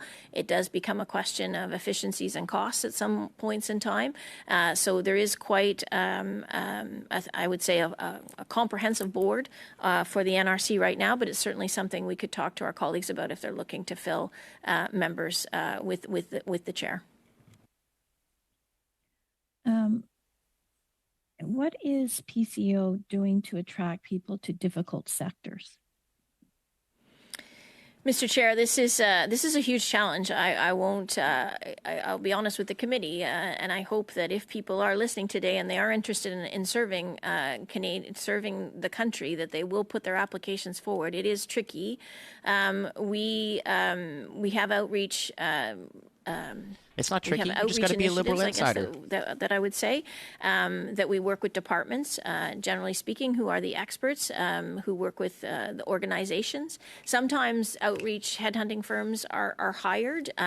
We do try to be judicious about that because it can be costly, and I myself am quite careful in terms of making sure that we hire firms that are going to actually be able to help us find candidates that are qualified, and not just to go to the usual suspects, to be honest, to try to find people from across the country who may not have put their hand up before to serve, so that we're really trying to attract diverse candidates from all pockets across Canada. So it is a challenge. I won't hesitate to say that. We do have tens of thousands of people that have applied for different processes. Some get more interest than others. But certainly, if I hope one good thing comes out of today, that we do get more people interested to apply to serve their country, because I do think it can be hugely challenging, and it's hugely frustrating, and it causes delays. Like sometimes it will take us up to a year to run a process because we just can't find people that fit the criteria to serve. Do you feel that the conflict of interest rules might be too tight given your challenges that you mentioned just now, and also when you had given an example of someone from the nuclear energy sector apply or being considered, and it was difficult to find anyone who did not have shares in the tech field? Mr. Chair, I think I would say that I think that we have a robust system in place. It's very strong legislation, and you yourselves, as member of Parliament, who have to adhere to the legislation as well. I think it's quite strong, and I think it's quite important in a democratic society that we have strong legislative tools to protect against conflict. But I would admit it is a challenge. Sometimes it's really tough to find people who are willing to serve, who have the requisite skill set and knowledge that align with the legislation in question. Thank you very much. We're now going to begin our fourth and final round, which will take us to approximately noon. Mr. Brock, you have the floor for 5 minutes, please. Come on, call out the line. A number of witnesses we've heard with respect to this study and yourselves today. The general theme I'm hearing is you're all talking about a fair, transparent, a robust appointment process in the hiring of the disgraced former chair of the SDTC, Annette Verschuren. Clearly, it's a failure, and it's seen by Canadians as a failure. In fact, it shattered the trust that Canadians have in our public institutions. And on the issue of failure, I want to talk about another colossal failure that your office had an interest in, and that was the hiring of the new Human Rights Commissioner, Datani, and his anti-Israel posts that he made under a pseudonym during his grad school year. We know he was placed on leave, and then he ultimately resigned. Your office is responsible for vetting all federal appointments. Your office has acknowledged that a quote-unquote administrative oversight led to an incomplete background check. Now, to me, that means, whoops, we screwed up. Clearly, someone in your office did not do a thorough background check. On the minds of Canadians is, what is this going to cost us? When reporters asked the Attorney General, the Minister of Justice, Varani, his spokesperson replied, no comment, when asked whether or not Datani was paid during his leave or received a compensation package after resigning. So if the Attorney General and the Minister of Justice doesn't want to respond, I'm going to ask you, was Datani paid during his leave? And if so, how much? Mr. Chair, I would just mention that we were here today to talk about SDTC, so I wasn't super well prepared to address this question, but Chair, if you're willing to allow it, I will do my best to respond. Absolutely, yes, please do. So, Mr. Chair, we did at PCO express regret that there was not appropriate, that this was an administrative oversight in checking the names, as the member has pointed out, and that we have taken measures to ensure going forward that there is clarity that that all names provided will be sent forward. Ma'am, if I could stop you there, please. My time is very limited, as you know. You're not a first-time participant in committee processes. The question was very simple. Was he paid during his leave, and how much? Mr. Chair, I would reiterate that in terms of personal information, I'm not in a position to divulge personal information about compensation provided to any governor and council appointee. Chair, I'm going to be asking for your intervention again. Yes, make her answer. Just going to pause the clock here, Mr. Brock. I don't want to take your time as I do when I do intervene. So, again, I'd ask you to be as forthcoming as you can. This committee is seized with this, and I would expect that there could be. I'll hear in a second, Ms. Khalid. I'd ask that you be as forthcoming as you can with the minister, with the members' question. Should you refuse to do so, the committee could well delve into this further and request which is a polite way of saying call for that information to come forward one way or the other. I believe Ms. Khalid has a point of order. I'm trying to strike a balance here, Ms. Khalid. I'm not the witness. The witness knows why the witnesses know why they're here today to provide answers. It's not up to me to call for that answer, but I am urging them to do so. But I will hear you, please. Thanks, Chair. I do believe, as the witness correctly pointed out, that she's here to speak to a certain topic, and the answers that are trying to be bullied out of her in this instance have nothing to do with the topic at hand. And I would request, Chair, that you obtain the decorum of this committee on the topic, because if we're going to go down this path, then, you know, there's so many other topics that we can ask our respected witnesses here today. I really think that we should stick to the topic at hand, and that is SDTC. We have spent a lot of time on this, and if we're going to go down this path, then I don't think that is helpful to what we're trying to achieve here, Chair. So, as you know, I give members wide latitude to ask questions when officials are before us. Mr. Brock is certainly well within the bounds of his rights. This committee is seized with several investigations. So, of course, Ms. Khalid, that applies to all members. If there are questions outstanding for witnesses, they're not bound solely by the subject matter of the day. That's been a long-established precedent. So, I'll turn back to the witness. If you're able to provide direction or an answer that is more forthcoming to Mr. Brock's. Let me just finish my thought, and then I'll hear you. That is more forthcoming. The committee would certainly appreciate it. I know Mr. Brock would as well. But before you answer, I will hear Mr. Brock's point of order. I'm asking that Ms. Khalid withdraw her derogatory commentary, that I provided a bullying question to this particular witness. I asked it in a very respectful manner. I pressed it, but that was not bullying. So while I think this committee has conducted itself admirably today, I will hear from Ms. Khalid, and hopefully we can move on. She's not going to apologize. After that. Ms. Khalid, you have the floor. Thanks, Chair. My comment about members opposite bullying witnesses was not specific to this witness. It is specific, well, it's general in terms of how I have watched and observed them behave towards all witnesses in this committee. So there's really nothing here to withdraw. She's ridiculous. Mr. Brock, why don't we move on? I think the committee is his. So, well, I'm going to start the clock here. Yeah. I would turn to the witness first, who has. Thank you. All right. So, you have the floor, please. That was ridiculous.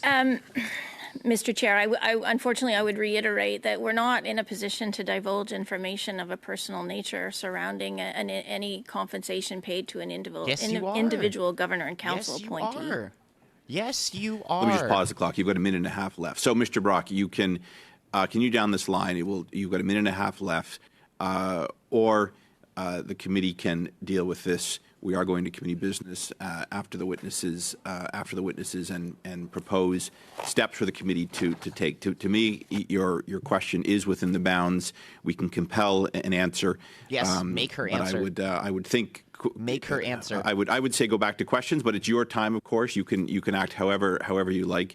But I'll turn things over. She doesn't have privacy rules. Canadians want answers as to why the government saw fit to hire an anti-Semite, not doing any appropriate background checks. Canadians want to know how much taxpayer money went to this Mr. Datani while he was on leave. He resigned in disgrace. Most people, when they resign, do not receive a severance package or a compensation package. I understand in this case, the Government of Canada saw fit to offer him a compensation package. Canadians want to know how much, and I'll be asking the Privy Council Office to provide details of how much the compensation was and how much he received while on leave. You have 40 seconds. She has to answer the question. Parliament has provide me with that supreme ruling. Mr. Chair, I will just continue to reiterate that I would not be in a position to provide personal information.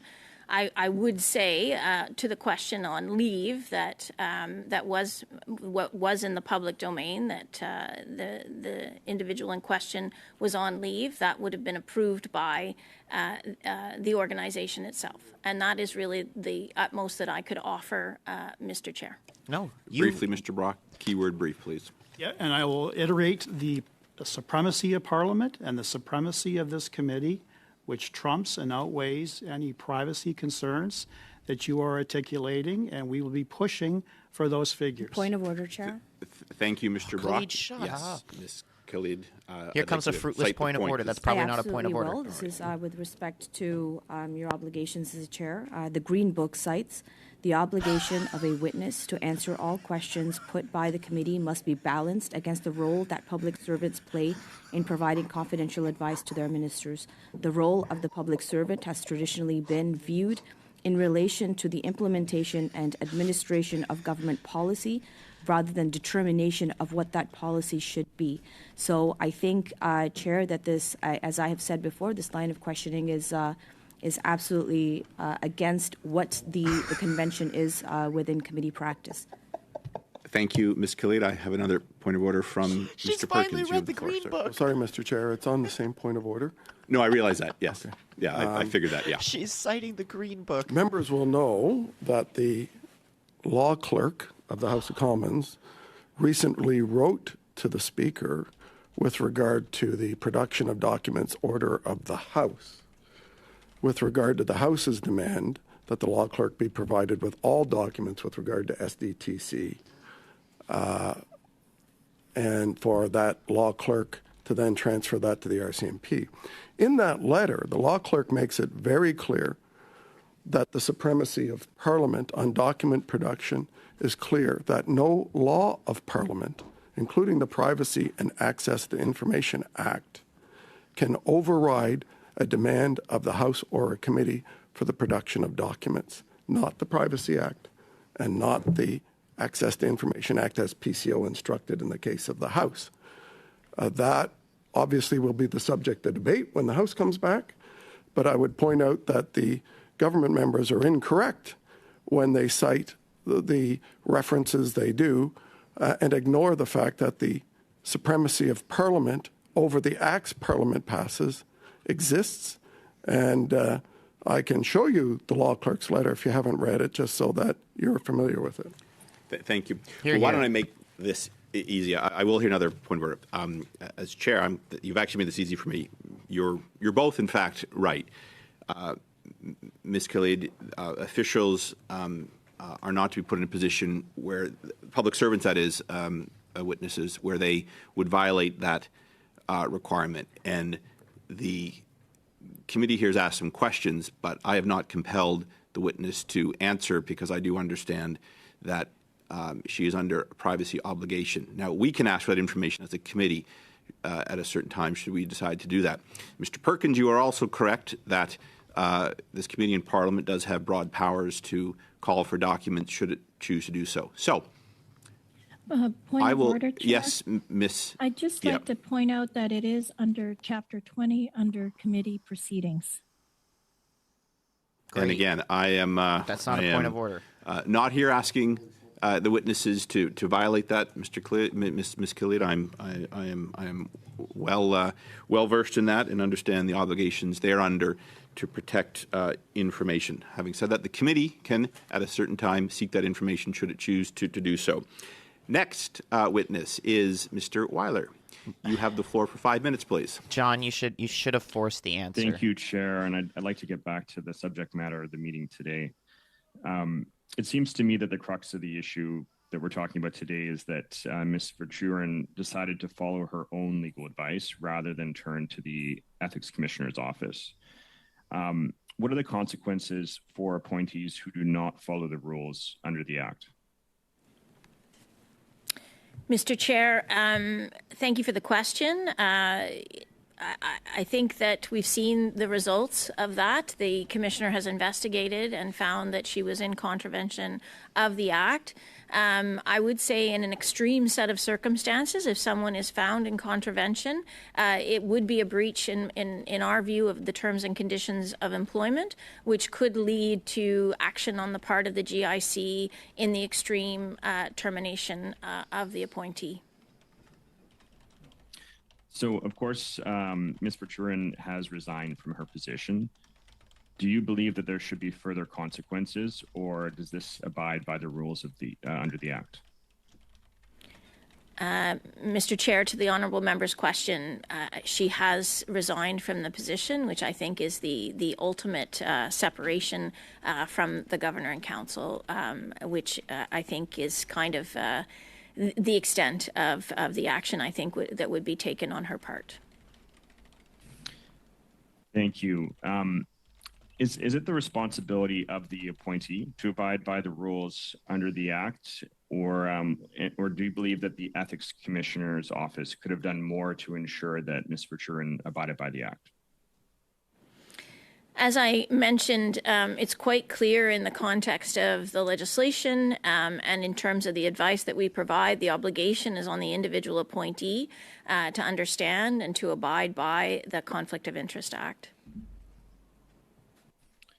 Okay. To take a bit of a separate line here, in your opinion, what changes now that SDTC is transitioning to be under the NRC? Do you think that will mean increased oversight? I wouldn't want to give a view myself, but certainly the minister announced that through the contribution agreement there would be increased oversight with SDTC while the transition is taking place. And I know, as I mentioned, my colleague was here from the NRC, and as I understand it, the intention is absolutely to make sure they have the tools in place to administer the program, the funding, and that the appropriate conflict of interest rules are respected in that context. So an interim board has since been put in place to support the transition. Can you confirm to the committee that they are not, in fact, GIC appointees? Board are Mr. Chair, the interim board are Governor and Council appointees. The chair himself was here, Paul Booth, former deputy in both provincial and federal governments, retired. He has been and is currently now again a Governor and Council appointee. The other two appointees are Cassie Doyle, former deputy minister of NRCan, and Marta Morgan, who is the former deputy minister of global affairs. Those three Governor and Council appointees were appointed in June by Governor and Council, having been approved by Cabinet, and will serve as the interim board to support the transition. Thank you. Maybe just my last line of questioning here is, have you in your professional capacity since reflected upon the process of making GIC appointments, and maybe in particular, can you share perhaps if there's been discussions at your office to change or at least update the process in light of what we've learned so far about SDTC? Mr. Chair, I would say that we're constantly trying to improve the process and look at ways that we can strengthen, not just on the conflict of interest elements, but all aspects of the process to make sure that individuals are as forthcoming as possible and we understand the nature of their approach in terms of the substance, but also how they are as managers and how they will best support the government's objectives. I would note that this past year we've actually added and strengthened our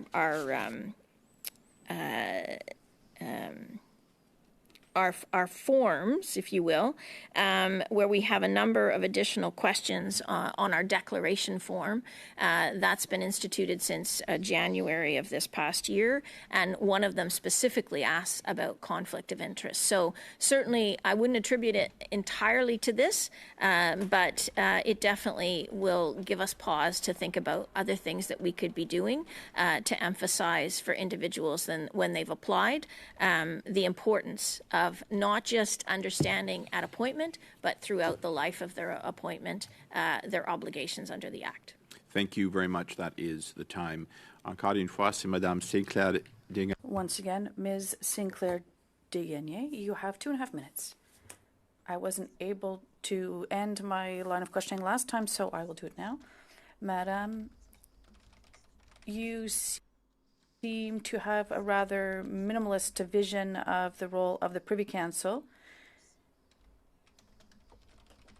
There are clear mandates and responsibilities that have to be given, particularly in terms of the transfer of the program, like this one. Why are you not clearer with respect to the mandate that the CIC will have with respect to sustainable development and other issues? You should be able to guarantee this, no? Mr. Chair, I would reiterate that we will certainly do our part when it comes time to appoint members to the Canada Innovation Council, or Corporation, I'm sorry, to make sure that they have a clear understanding of their roles and responsibilities as directors and as the chair for the organization in terms of administering the funding related to the SDTC funding, if you will, the clean tech funding. The Green Slush Fund. Okay. Will this mandate be made public? There's no mention of sustainable development right now, so it's really important that taxpayers know what their money will be used for, and we need a much more specific mandate. So I would reiterate, Mr. Chair, that the legislation has been passed by the House for the Canada Innovation Corporation, and that certainly when it comes time to make... Oh, sorry. We still have to define the mandate. We can vote on a budget for the CIC, but we still have to define the mandate until the actual CIC is actually inaugurated in 2026. The current mandate of the CIC seems very unclear still. Mr. Chair, I would reiterate that, as I understand it, legislation was passed by the House this past spring for the Canada Innovation Corporation, and that a decision was taken that the SDTC funding, the clean tech funding, would fit well within the mandate. All these decisions were made without the advice of the Privy Council? Mr. Chair, absolutely we would have, as an entity, not just my group in appointments, but the entire Privy Council Office, our colleagues in operations and machinery of government would have absolutely provided advice on the structure and the nature of the Canada Innovation Corporation. Very quickly, Ms. Sinclair Dingagné. That's why it's still somewhat strange to not have greater comments on the mandate of the CIC. The Privy Council did still have input into it, so we would have preferred more fulsome answers. You have the floor for 2.5 minutes, please.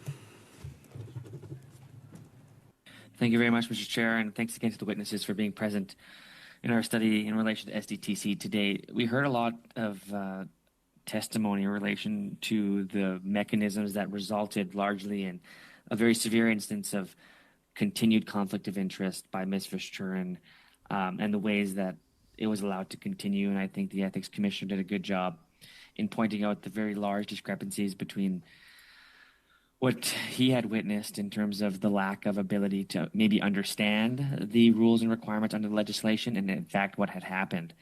We've heard today from our witnesses that these persons, when appointed, were well informed about the requirements under the Act, of the necessary requirements for recusal, and the important piece of declaring conflict of interest prior to making decisions.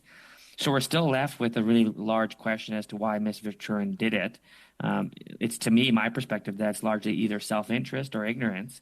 The claim of ignorance today was one I sought to investigate and got, I think, some more clarity as to how much information these applicants truly have in relationship to the work they're asked to do. But it still resulted in this very terrible situation happening where Ms. Verchuren was able to, essentially not play by the rules and get personal benefit. That shouldn't be allowed. That cannot be allowed as we continue. And how do we fix this? How does the process of appointment play a role in making certain that this never happens again?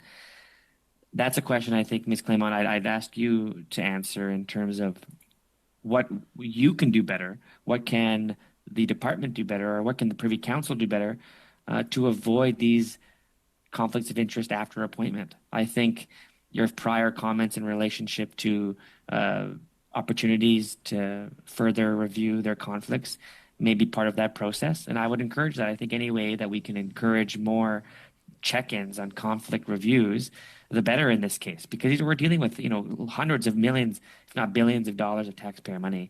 It requires the most severe level of oversight, and it requires, I think, a more proper investigation and review, and a continued review of those persons after they're appointed, not just when they're appointed, almost like a probationary period, if you would call it. Would you comment on that, please, and the need for real change for how we actually get these appointments done and when these appointments are reviewed? Thank you for the question, Mr. Chair. I think the honourable member is bang on. It is important that people continue to understand their obligations over the course of their appointment. As I've mentioned, we will continue to reflect if there's more that we could do. As I said, I do think we have we do take a number of opportunities over the course of the selection and appointment process to make sure that people do understand their obligations. Clearly in writing, we ask questions. And in some cases, as we had here, candidates are asked to speak to the commissioner pre-appointment. So I do feel that the steps in this case were followed. But to the honourable member's point, it is important that people continue to live those requirements over the life of the appointment. And that's something we can definitely try to work with those who are responsible, like I said, the ethics commissioner and the departments and ultimately the organizations. And I would say in this case, I do think that the organization did have, when they appeared before you, they talked about the robust processes that they had in place. It's just unfortunate, as the ethics commissioner pointed out, they were not consistently followed. Thank you very much. I'm afraid that is your time, Mr. Desjardins. Turning back to Mr. Perkins for 5 minutes, please.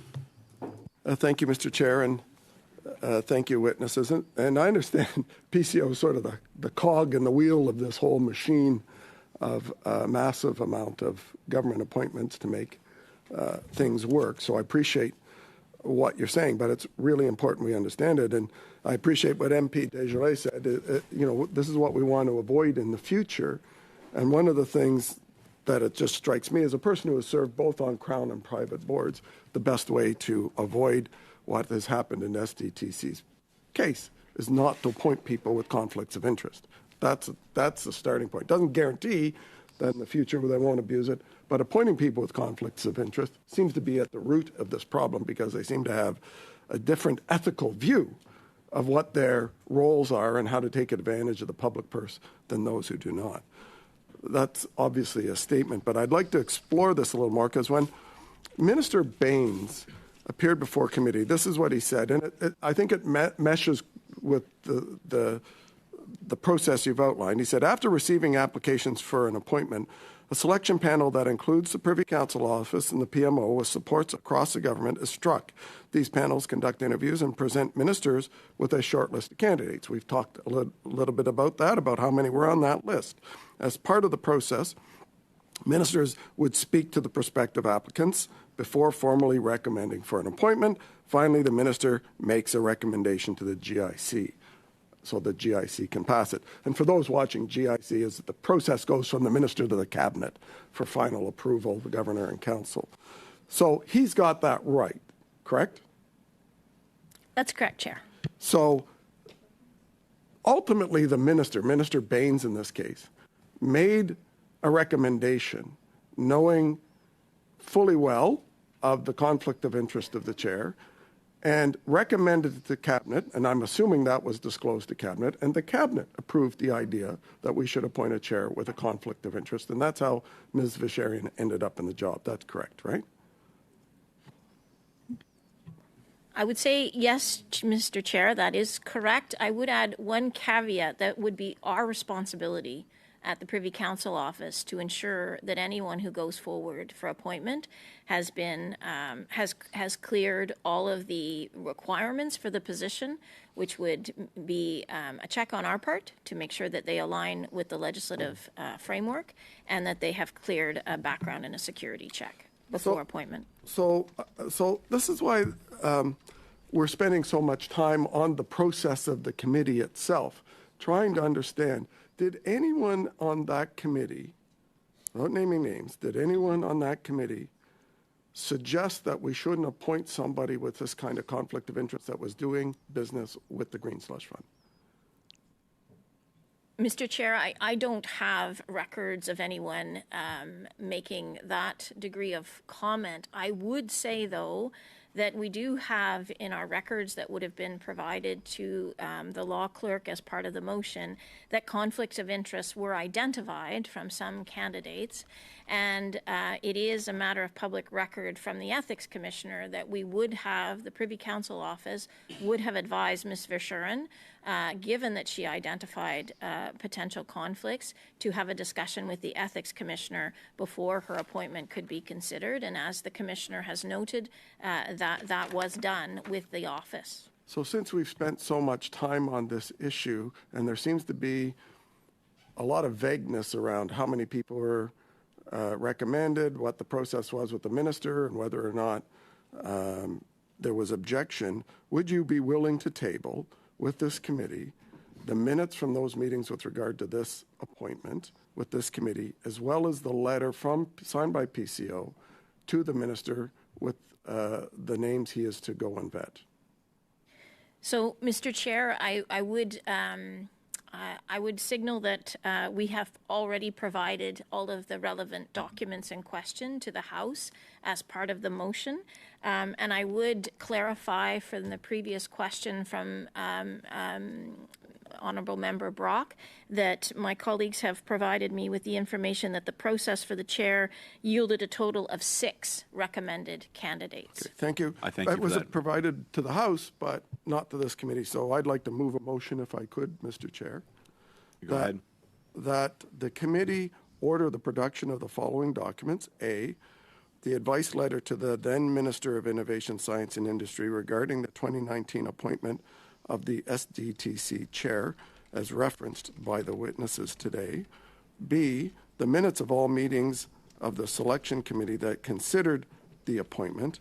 And C, all communication between PCO and then Minister Baines' office, the PMO, and I said, that's the industry department, respecting the appointment of Ms. Visharian as chair of SDTC, and that these documents be deposited with the clerk of the committee within 7 days of the adoption of this motion.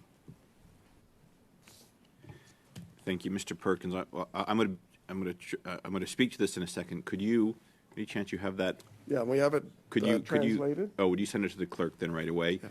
The clerk will then verify and then send it out to the members for consideration. But before that, we'll take a few seconds. I will ask the witnesses. I don't know if you caught everything that Mr. Perkins has requested. Was that all tabled with the House, as far as you know? I'm just consulting my expert, Rima, and I'm pretty confident it was. Definitely the advice letter in a redacted form was provided, and I think all of the email, like anything that we would have had on the process. I would mention to the committee that some documents are transitory and we don't keep them. So this reference to minutes, we don't keep minutes per se, but I'm pretty sure we've provided most of these documents. Yeah, but redacted. I'm therefore hoping we can dispense with this quickly, since the documents appear to be in the parliamentary precinct, and it might not be too onerous for PCO to provide it. But I believe there's an interjection. Yes, Ms. Khalid, you have, and again, we are working to get the motion sent out, but certainly go ahead, Ms. Khalid. That's just, I'm just trying to weave through this, but go ahead, please. Chair, I'm just wondering, and please pardon my ignorance, if the documents are already in the House, don't all members have access to them? And can we get access through the House instead of delaying through witnesses, perhaps? So that might very well be the case, and unfortunately, I'm not in a position to go that route. It's a question for Mr. Perkins. Mr. Perkins has put forward his motion, though, and I am seized by it for the moment. Anyway, Mr. Perkins, you have the floor, and the clerk is still working to get out your motion to all members for consideration. We'll then turn to that after. Go ahead, please.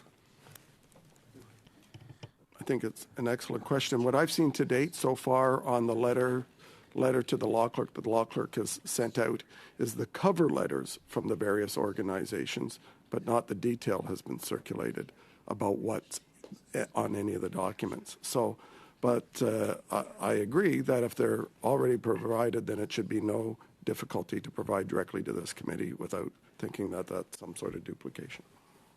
Thank you, and I'll just notify members the motion has been sent out to you all, so we'll now turn to that. Should there be any debate, is that a signal, Ms. Cleed? Yes, Ms. Cleed has the floor. Then I see Ms. Yip, and then we will. If I could just hold on, everyone. So for the witnesses, there is still one more round of questions. You're welcome to take a few minutes if you like to stretch your legs. Walk down to the hall or anything like that. Yes, but why don't you just hold on just for a few seconds, because maybe this will get through quickly, but maybe not. So just hold on just a few more seconds, and I'll let you take that stretch. Go ahead, Ms. Khalid. Your indulgence, Chair, as per yesterday, I will ask for your indulgence again today. Well, not yesterday, I guess 2 days ago.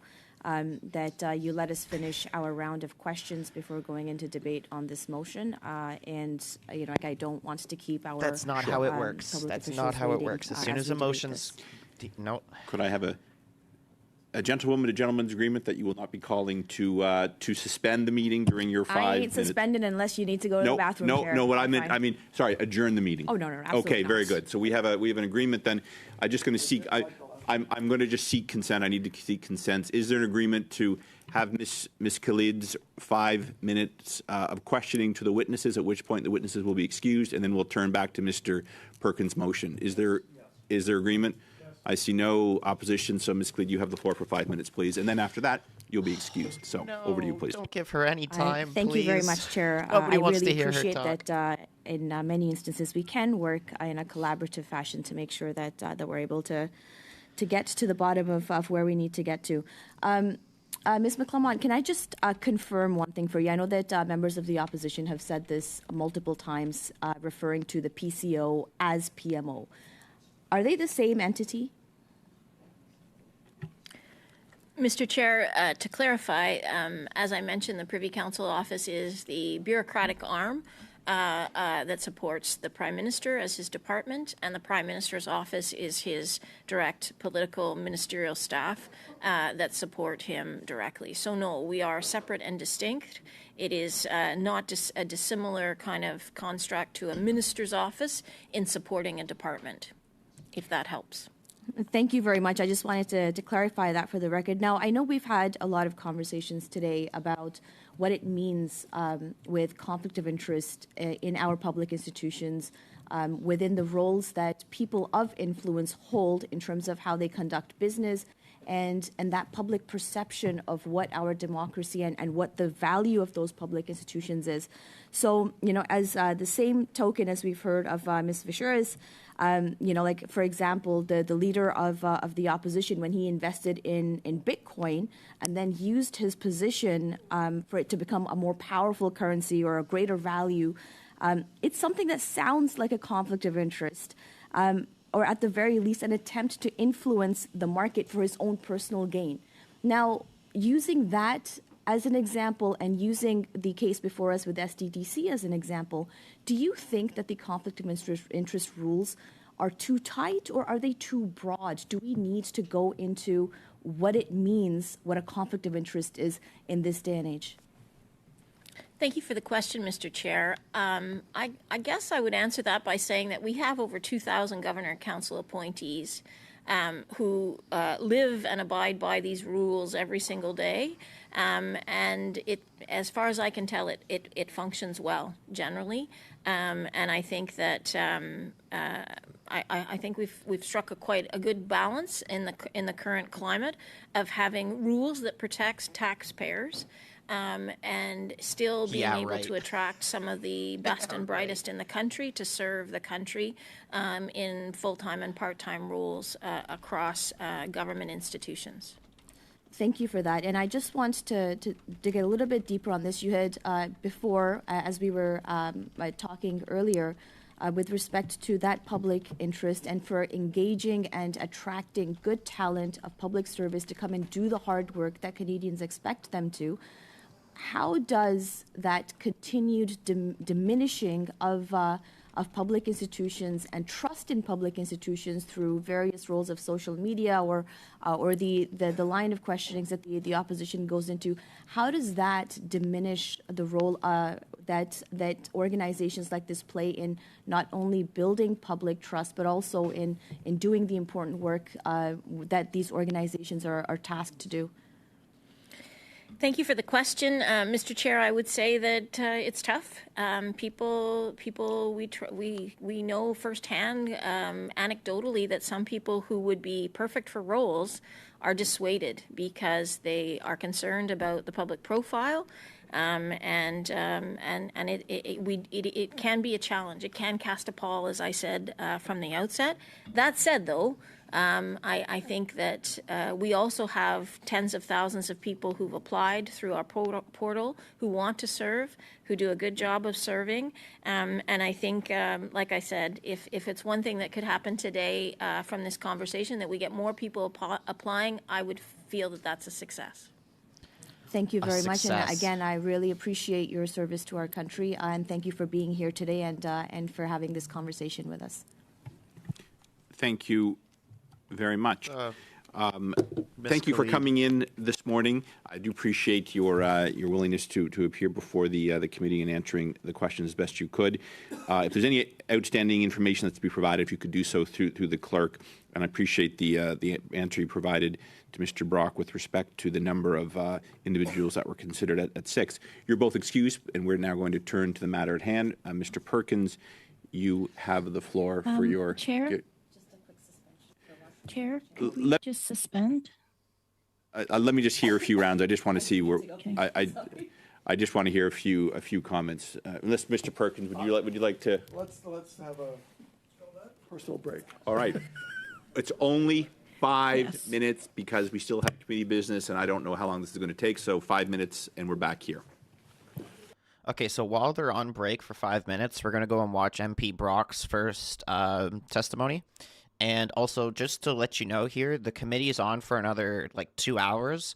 But since they've excused the witnesses now, they're just going to go to a motion vote. And then after that, they're really only talking about basically time schedules for going forward and things like that. So I'm only going to be live for another, 20 minutes or so. I just want to see how this vote goes. I'm really curious to see if they're actually going to be able to get those documents. And then after that, we're pretty much done. Because there's no need to watch...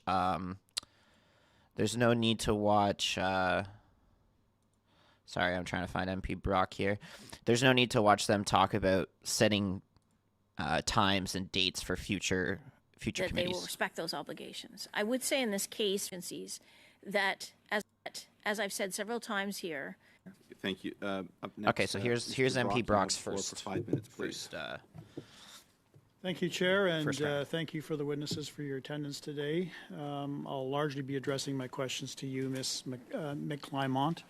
And I think I want to continue on the thread from my colleague, Mr. Cooper, where he had left off in terms of the process by which Ms. Verschaeren was ultimately appointed as chair. I know you can say hindsight's always 20/20, that reflecting on her finding of guilt under the Conflict of Interest Act ×2, you can say, well, I guess we should have taken some lessons from that and perhaps reinforced the conflict of interest provisions within the hiring sphere. But I guess what troubles me, and I'm sure troubles Canadians, is that there were red flags all over the concept of even entertaining the thought of hiring Annette Verschuren. Much communication happening from the past president and CEO, and nothing really was done. And I know, Ms. McClymont, you're relying upon the advice and basically saying we encouraged her to obtain information and advice from the ethics commissioner, and clearly she did. But the advice that she received from the ethics commissioner, she didn't follow. Not only she did not follow, but other directors did not follow. Hence, we're in this boondoggle of $390 million of taxpayer funds inappropriately being handed out to companies that were legally not eligible, and for directors basically patting their pockets. So this is leaving a real sour taste in the minds of Canadians as to what kind of shenanigans are going on with Justin Trudeau and his government. He told her point blank, not only do you have to declare a conflict, you must recuse yourself. She didn't do that. On the basis of that, she was found guilty ×2. So I want to go back to the process. You mentioned that there were under 10 applicants who were applying for this position. I want an actual number. And don't rely upon this is a privacy issue, because clearly it is not. I'm not asking for names. I'm asking for a finite number. How many people applied for the position of chair at SDTC? Mr. Chair, as I've mentioned, there were close to 100 individuals who had applied for the chair position back in 2018. You told me less than 10. Mr. Chair, I was responding to Mr. Cooper's question about the number on the advice letter that went forward. That was less than 10. Well, let's go back. Over 100 applications? Mr. Chair, I would clarify there were close to 100 Close to 100. Of that 100, you vetted that down to under 10. Is that correct? That's correct, Mr. Chair. Okay. What was the number under 10? Mr. Chair, as I've mentioned, out of respect for privacy and That's personal not good enough, information- Mr. Chair. I'll remind you, ma'am, of the supremacy of Parliament and the supremacy of this committee. The issue of privacy does not apply. I'm not asking for names. I'm asking for individuals that were mentioned in this referral letter that went off to the PMO and the minister's office. That is not a privacy issue. And if you claim privacy again, I will seek direction from the chair, because we have a right to demand that number and the documentation that flows from that. So I'll ask you again, out of respect, what is that actual number? I will not accept under 10. Let me just interject here, just to assist the witness. So Mr. Brock is correct about privacy. Now, we're a long way from asking for any information from that. But I do think he is within his rights to ask for a number. Now, if you need to come back to us with that number, we'll accept that. At least that would be my recommendation. But I do think you need to provide a little more specificity, because there's a lot of numbers under 10. So if you would, please. So, Mr. Chair, I appreciate your intervention. Our standard is that we don't divulge when it's less than 10.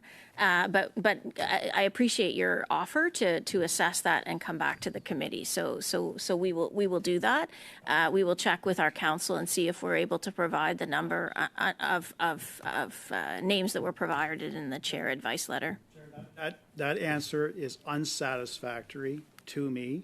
She's taking this request under advisement and obtaining legal information, legal counsel, as to whether she can release that number. Again, I repeat that this is not a privacy issue that can trump the supremacy of Parliament and the supremacy of this committee.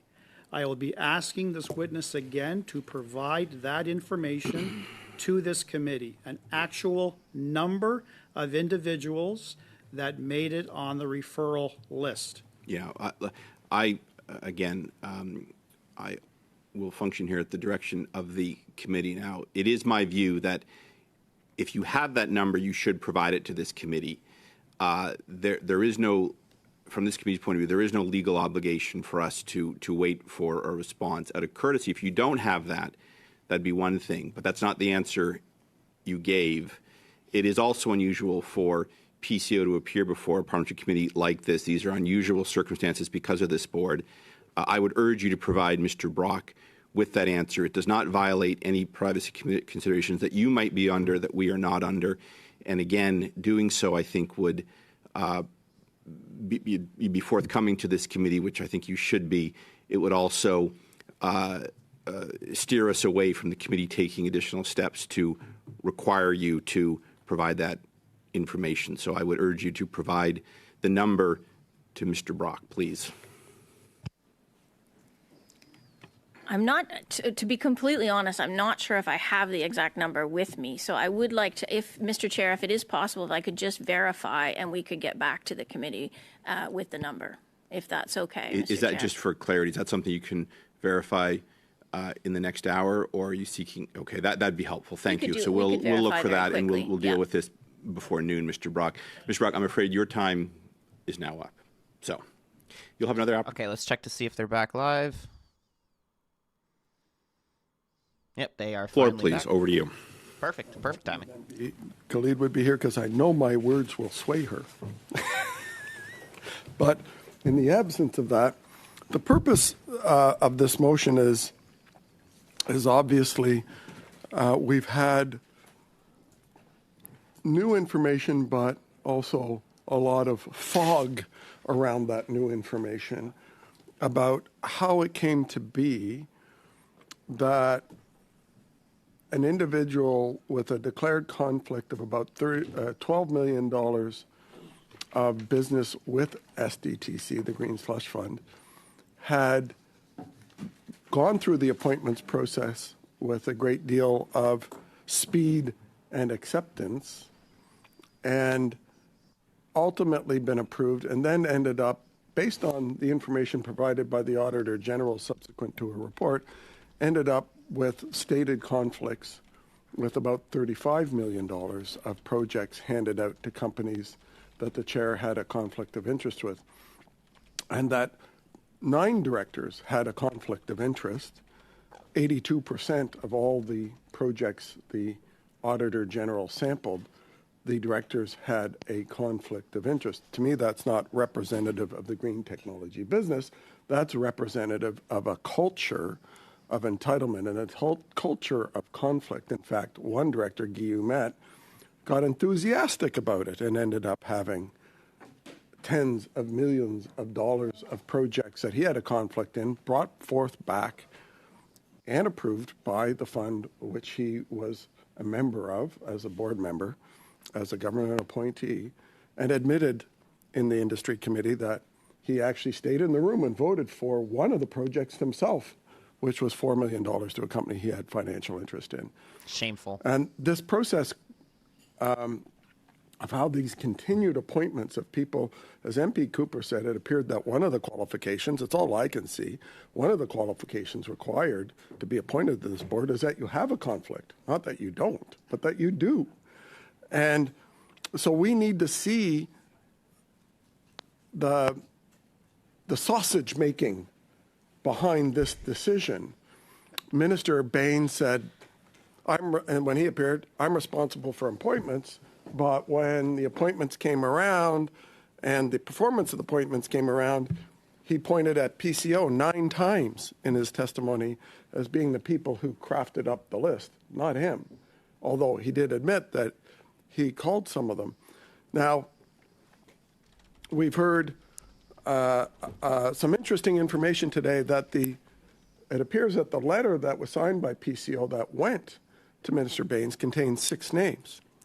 Now, why that's interesting is because the president, former president of the Liberal Green Slush Fund, Leah Lawrence, in her testimony said that the minister's office, Baines' minister's office, and the ADM who sat on the board from the industry department, ADM Noseworthy, told her to only search out 2 names.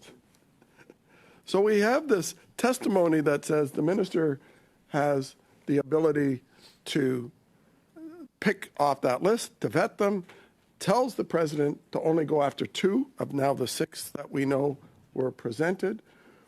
And we know from testimony of the president that when she checked out the 2, one of them said, I have a conflict, so it's inappropriate for me. And the other said, I have a conflict, but it is appropriate for me. And that's the one that went forward over the objections of the CEO. And that Minister Baines recommended that to Cabinet. And we've had today PCO officials say that Cabinet would know that people who are being appointed have a conflict of interest before they do it. Yet they did it anyway. And we end up with this situation where $390 million with these Liberal appointments has gone either inappropriately outside of the terms of their funding by Parliament, or in most cases, $330 million went to companies they had a conflict with. So the only way that we can get to the bottom, or at least the next layer of intrigue in how did taxpayer money get so abused, is to actually get the documents that my motion has asked for. So just to be clear, what that is, again, in my motion, that we're talking about the advice letter, the one that PCO signs from a committee that includes departmental officials and includes the Prime Minister's office, that they signed off on 6 names that went to former Industry Minister Baines, by the way, who was responsible for reducing cell phone bills and now works for the most expensive cell phone company in the world, ironically, Rogers, when he decided clearly through whatever vetting process that he admitted to in committee that he did, that out of that list he only wanted 2 conflicted people to be considered and vetted by the president, and then chose the one that was left standing when the other one withdrew. He didn't clearly go back to the other 4 that were on the list that PCO gave him. So somebody, because of his testimony, said, others were telling me to do this, told him that the one they wanted was Annette Vacherian. I suspect we have this massive PMO appointment secretariat that every appointment goes through. All the MPs here know this. All the Liberal staffers here know this. People like me who've served in staff members' roles in government know the role that PMO appointments plays. No appointment gets made without the vetting and approval of PMO appointments. The senior person in PMO appointments was referenced by PCO. And in some cases, it's the Prime Minister ultimately that reviews that list to make sure that the Prime Minister himself is comfortable with that list. So we have a clear line of responsibility of a handpicked chair by the Prime Minister, his office, out of a list recommended by PCO, of somebody in the Ethics Commissioner's report says she was approached to be the chair. She didn't apply. According to the Ethics Committee approach, she was approached. Now, she may have applied after the minister's office phoned her and said, okay, I'll send my paperwork in through the site, meeting the technical requirements of this clear, open, and transparent process. But at the end of the day, in the Ethics Commissioner's interview with her, she said it was the minister's office that approached her to be chair. That was the first time she had heard of it. So we have a lot of obfuscation, fudging going on, trying to bury the facts going on. I understand why they want to bury the facts when $390 million of taxpayer money went missing. That is, to put it in perspective, almost 10 times more than the sponsorship scandal under the Liberal Chrétien government, which was $42 million, had a public inquiry where people went to jail as a result of that, and $42 million. And where the CFO from the industry department said this was a bigger scandal than that, which is clear. Yet government members are trying to downplay and say, this is just the way business is. It's okay to appoint people with conflicts. And you know what? They got out of the room. So here's how it worked. Michael, Larry, and I are on the STTC board. Guess what happens? They disclose by testimony, by written testimony and verbal testimony, and by the Ethics Commissioner's report. They disclose at the beginning of the meeting, Michael, my fellow board member has a conflict on this one, so he may or may not leave the room. Michael chooses to leave the room. Goes out. Miraculously, when Michael comes back, his project he has a conflict with gets approved. Oh, look, Larry voted for Michael's. Now Larry's got a conflict because it was declared at the beginning of the room. Larry, out of the room. Larry goes out of the room, and Michael and I approve Larry's project. Michael comes back in, and congratulations, Larry. 82% of the 226 projects that the Auditor General reviewed, 186, if you're following the numbers, 186 of 226 projects the Auditor General reviewed, these board members were conflicted. They didn't represent 82% of the technology, green technology business. They didn't represent that. They were using the board to feather their own interests. So we need the minutes, we need the letter, and we need the communications in order to clarify this mess about how this happened. And I would urge all members, including government members, who I know believe in transparency, who I know are not happy with the fact that $390 million has been identified as conflicted, want to get to the bottom of the truth and support this motion. Hear, hear. Thank you very much. Ms. Yip, I see your wish to speak. You have the floor, please. No, not Miss Yip again. Thank you, Chair. Our witnesses have already confirmed that these documents have been submitted to the House, so I don't see the need to duplicate the work here. In fact, I can even read that motion that shows that it's been already put forth. Standing Order 81, paragraph 16, the House proceeded to the putting of the question on the main motion as amended of Mr. Scheer, Regina Appel, seconded by Mr. Perkins, South Shore, St. Margaret's, that the House Order of the Government Sustainable Development Technology Canada and the Auditor General of Canada. She doesn't even know what she's reading. Sorry. Oh my sorry, God. I think I have the. She's so embarrassing. Motion here. You didn't fully read it. Mr. Perkins thinks you have the right motion. Ms. Yip, would you like me to come back to you? I can put you on the list. Yes, Ms. Yip, I can. back on the list. I'm sorry. I thought I had the right. That's okay.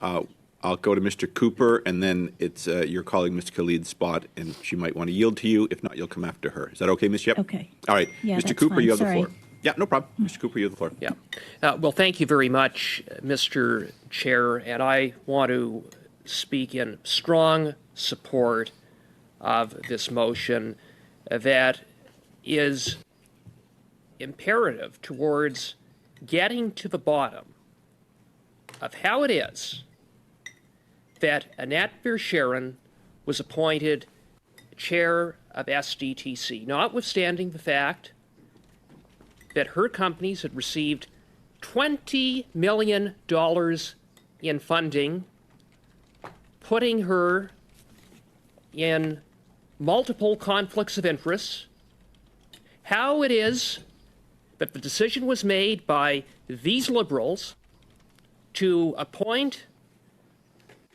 an individual as chair of SDTC who was conflicted the first time in the history of SDTC that a chair was appointed who had multiple conflicts. And what followed upon her appointment by these Liberals, by Minister Baines, was a corrupt racket in which taxpayers got ripped off as Liberal insiders got rich. That is confirmed by the findings of the Auditor General that found $390 million of taxpayer money improperly went out the door, including $330 million taxpayer dollars that were funneled into the pockets, or at least into the companies, of board members. 186 conflicts of interest identified by the Auditor General. That is the result of Minister Baines's decision to appoint Annette Verschaeren. And so what we have seen, despite having multiple hearings in which we had Minister Baines come, former Minister Baines, who obfuscated, refused to take responsibility, is a whole lot of smoke and mirrors. A whole lot of smoke and mirrors. No one wants to take responsibility for the decision, even though we know that it was ultimately a decision made by Minister Baines. But when he came to this committee, he said, my responsibility as minister is to make appointments. But then when he was pressed about the appointment of Verschaeren, he said, oh, well, it really wasn't my decision. There was a process. It was an open, transparent, and merit-based process, and it was led by PCO, and essentially PCO made the decision, and he had to live with it. He didn't expressly state that, but that is in essence what his answers were when I repeatedly asked him if he accepted responsibility for the appointment of Verschaeren. Not once did he acknowledge that the buck stopped with him, that it was his decision, he didn't take responsibility. And what's worse is that Minister Baines left this committee with the impression that he had two names, Verschaeren and one other individual who then withdrew, and he left this committee with the impression, he certainly didn't clarify the record, that, you know, the process was the process and he was respecting the process, nothing more than that. We now know that that isn't true. We know today that Minister Baines had 6 names that were provided in the advice letter from a PCO. What happened to the other names? It appears that they weren't considered, that Minister Baines, the PMO, were determined to appoint Verschaeren. Why else is it that the former CEO, Leah Lawrence, was specifically instructed by Minister Baines to talk to Verschaeren, but she wasn't asked to talk to anyone else? Why? Why wasn't she asked to talk to the other 4 individuals? Because one withdrew because they had a conflict. So what happened to the other 4 names? Why was Leah Lawrence left with the impression that there were only 2 names, one of whom had withdrawn? Why did Minister Baines specifically identify Verschaeren? Someone, again, I underscore, had conflicts of interest, who, to her credit. I'll give her very limited credit, but at least she identified that she had conflicts.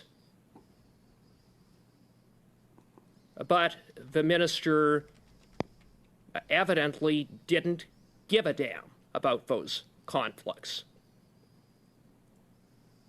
And we now have what we have, which is $390 million of taxpayers' dollars that has essentially been misallocated, misappropriated, and funneled in to the companies of a bunch of liberal insiders that makes the sponsorship scandal look small in comparison. Hear, hear. And so, to that end, we need to get the letter, we need to get the minutes, we need to get the communications, we need to get to the bottom of what the hell was going on with the minister and with PMO that led to the appointment of Verscheren. And the documents produced by the government, by the way, in response to the June order, are, to go back to the point that was raised by Ms. Yip, that the government response to the June order have not been tabled in the House, nor are they public. Frankly, that was by deliberate design, number one, to avoid the need for translation and all the delays that come with that. And secondly, to minimize any reasonable arguments the government might make to justify the redactions. And thirdly, to be consistent with our motivations that the motion was about getting the information to the Mounties. So where Ms. Yip was going, with the greatest respect, is just not correct. It's not accurate. And it underscores why this motion needs to pass, why we need to get these documents, these communications to this committee as expeditiously as possible so that we can continue to probe to get to the bottom of how Canadian taxpayers got ripped off to the tune of $390 million and how liberal insiders appointed by Navdeep Bains got rich. Thank you. Ms. Yip, Ms. Khalid yields to you. You have the floor, please. Okay, thank you, Chair, again for having the opportunity to speak again. I just want to reiterate once again that our witnesses have confirmed that these documents have been submitted to the House. So, like I said before, there's no need to waste time and duplicate work here. We're all going to have access to these documents, and given that they are deposited with the law clerk and the parliamentary council. So I'll just continue where... Point of order, Mr. Chair. Pardon me, Ms. Yip. Ms. Khalid has a point of order. Mr. Chair, I just want to raise this. I mean, we are here for many, many hours this week, and I have listened to the points very respectfully raised by my opposition colleagues. I am quite appalled by Mr. Cooper saying blah, blah, blah to what Ms. Yip has been. No, Chair, I have not finished. Hold on. All right, quiet all around. I heard you from across the room. Mr. Cooper, Mr. Cooper, Ms. Khalid. Okay, Mr. Cooper. This is not a point of order. Ms. Khalid, you are the next speaker. You'll be able to address this in due course, and Mr. Cooper, I'm sure, will have a response at that point. Ms. Yip, you have the floor again. No. Thank you. I will just continue to make sure that this is heard correctly. All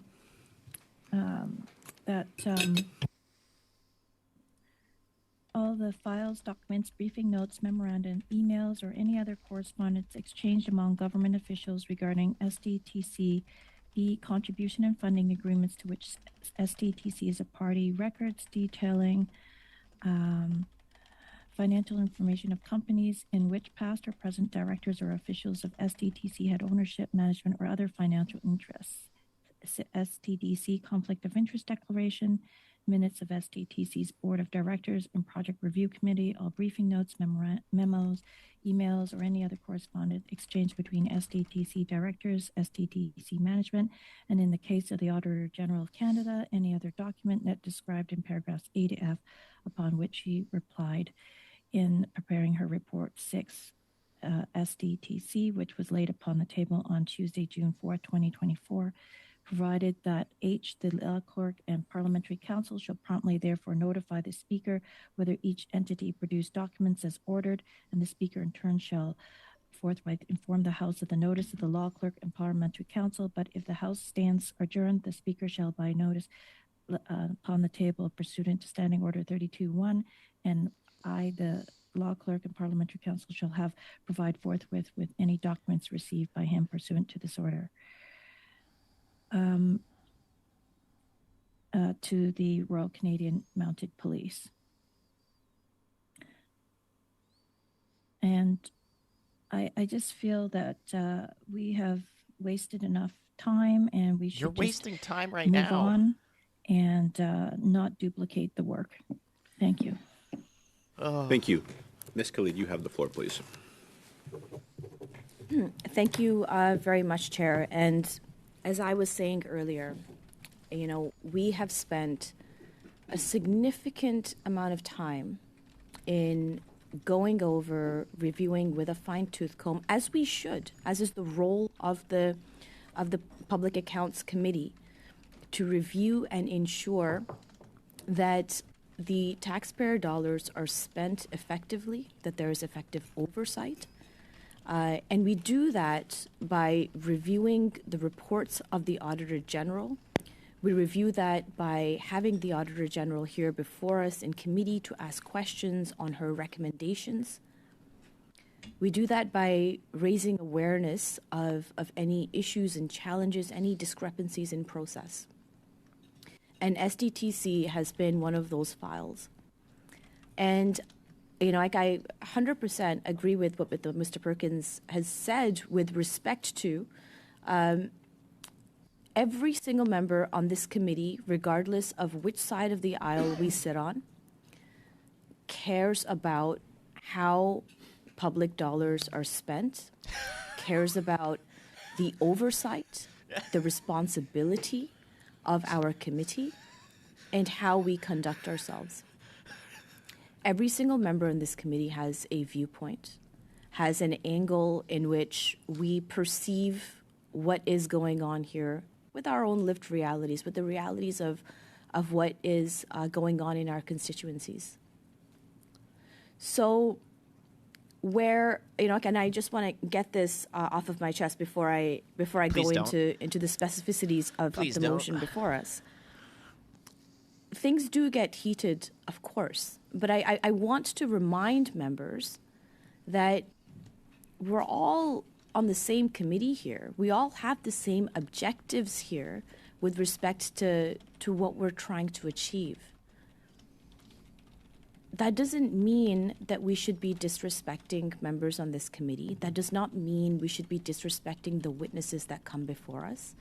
I think that we all have the capability to conduct ourselves in a professional manner, to ask the questions that are necessary, to find ways to improve efficiencies for the issues that we are dealing with. And that issue, and I'll remind all members in this committee and anybody who is watching, the ultimate objective of the role of the Public Accounts Committee is to ensure that taxpayer dollars are spent effectively and efficiently, and that rules are followed, and that the Auditor General's reports are implemented with the will of this committee. So it really troubles me, Chair, when I hear members mocking others who are not in the room, they're here virtually, to make a mockery of what they're saying. because I think every single person's viewpoint matters on this committee, including Mr. Cooper's, including Mr. Brock's, and including Mr. Perkins and Madame Sinclair de Gagné and Mr. Desjardins, and including you, Chair. And I give a lot of respect and creed to that. And I think that we should all have some respect for what we all have to say on this committee, because I think ultimately we are all coming from a good place. Yeah, right. And that kind of leads me into this motion and where we are going from here.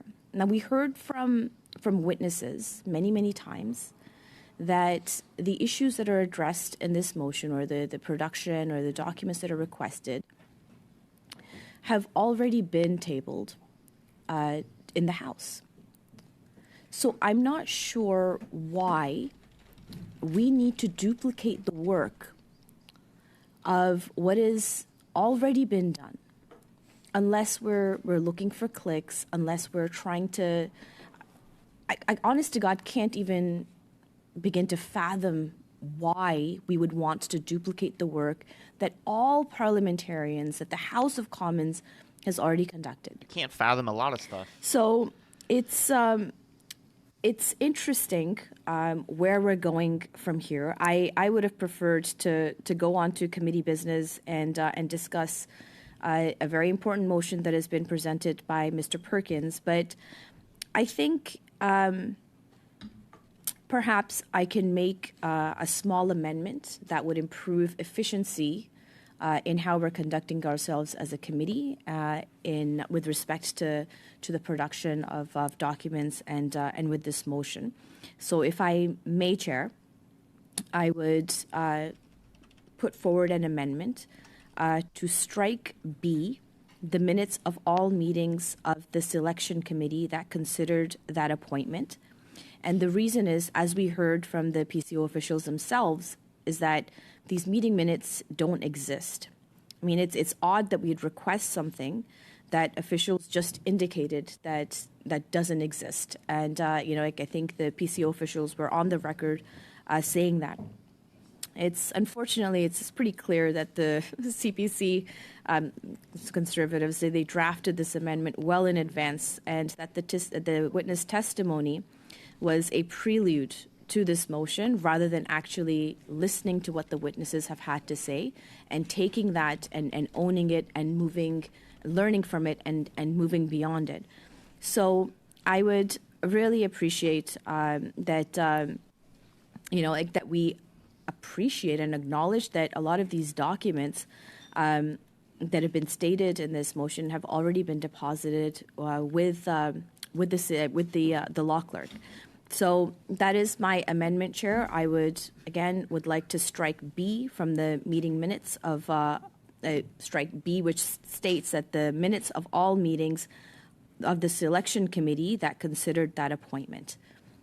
And that's the only intervention I have so far, Chair, but I would like to get to the bottom of the list. Thank you. Mr. Desjardins, you are the top of the list to speak to the motion. There's an amendment to strike B. I do have Mr. Perkins ready to speak to it since it's his motion. Mr. Perkins is signaling to you. Do you want to speak to the amendment to the motion, or would you like to just stay on the top of the list when we get back to this matter? The floor is yours if you want it. I'm happy to have Mr. Perkins respond if it brings clarity, but if I can go right after that. There's no other hand, so yes. The main motion. That can happen. Mr. Perkins, you have the floor. Thank you, Mr. Chair. I appreciate doing, but for the record, we don't have the minutes yet of the committee meeting. My recollection of the answer to my question was with respect to my question of PCO, was there anyone in the room that objected to her appointment because of the conflict of interest? And the officials actually said they went back and checked the record, i.e. the minutes, and the minutes don't reflect that detail of the conversation. She did not say there were minutes. There are minutes. That's what she said. She said that we didn't keep minutes of whether or not somebody objected. So there are minutes, there are records of the meetings. So, no, that's okay. It's okay. It's okay.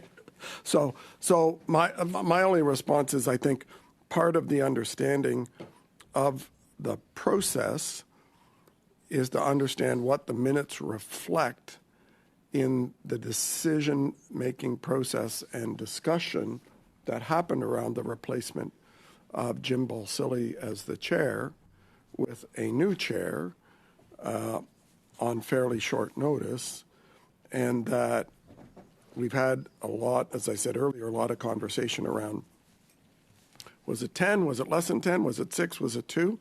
And the minutes combined with the letter, combined with the other testimony is what we need to get to the bottom of it. So personally, I think we need all three.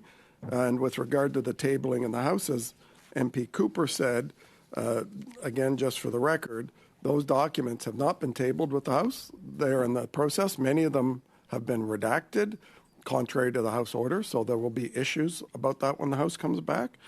So to say that these documents are available now, I would love the clerk to call the law clerk and say, give us these documents and share them with the committee. And I'm pretty certain I know the law clerk will say, I don't have those documents as you asked for, unredacted. I may not even have the documents at all.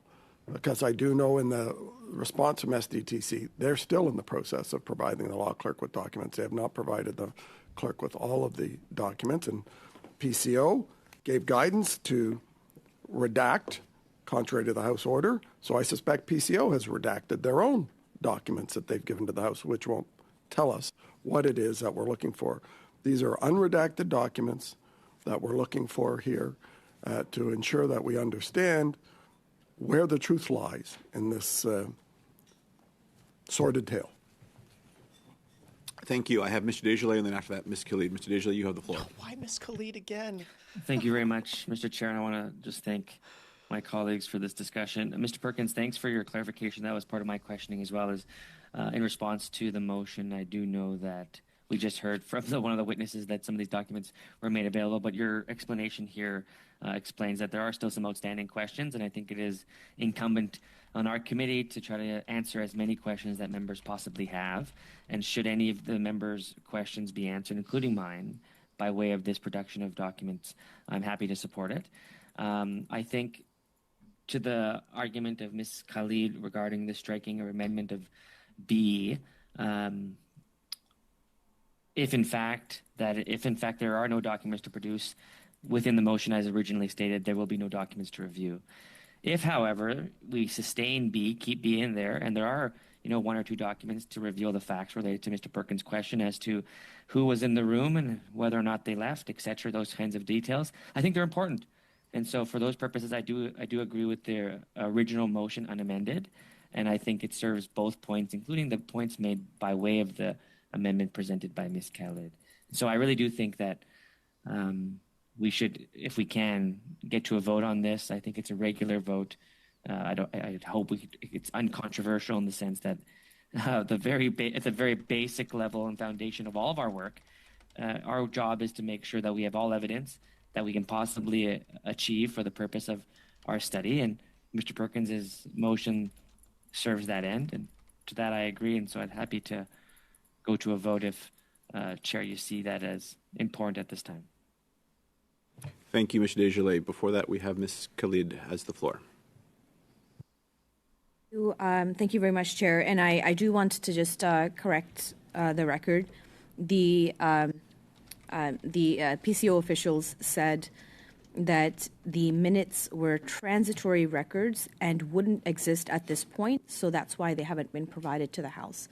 So I, again, want to go back to my point to say, if we know and have been told that something does not exist, what's the point of asking for it?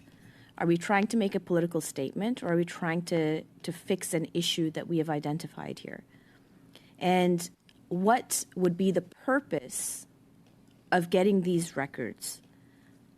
I'm still trying to figure this out. I mean, we've had a lot of meetings on this, and like to Mr. Desjardins' point, he wants to get back to our study. Well, what's the purpose of this study at this point?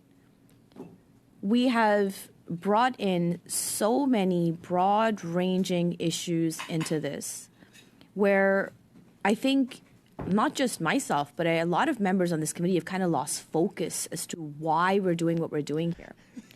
The original point, and I will reiterate, is for us to make sure that taxpayer dollars are being used effectively, efficiently for Canadians.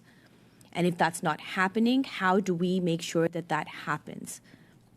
And we're looking at SDTC to figure out what has happened. And we know that as soon as the minister realized wrongdoing, he took action right away. And we are continuing down this path to ensure that this doesn't happen again.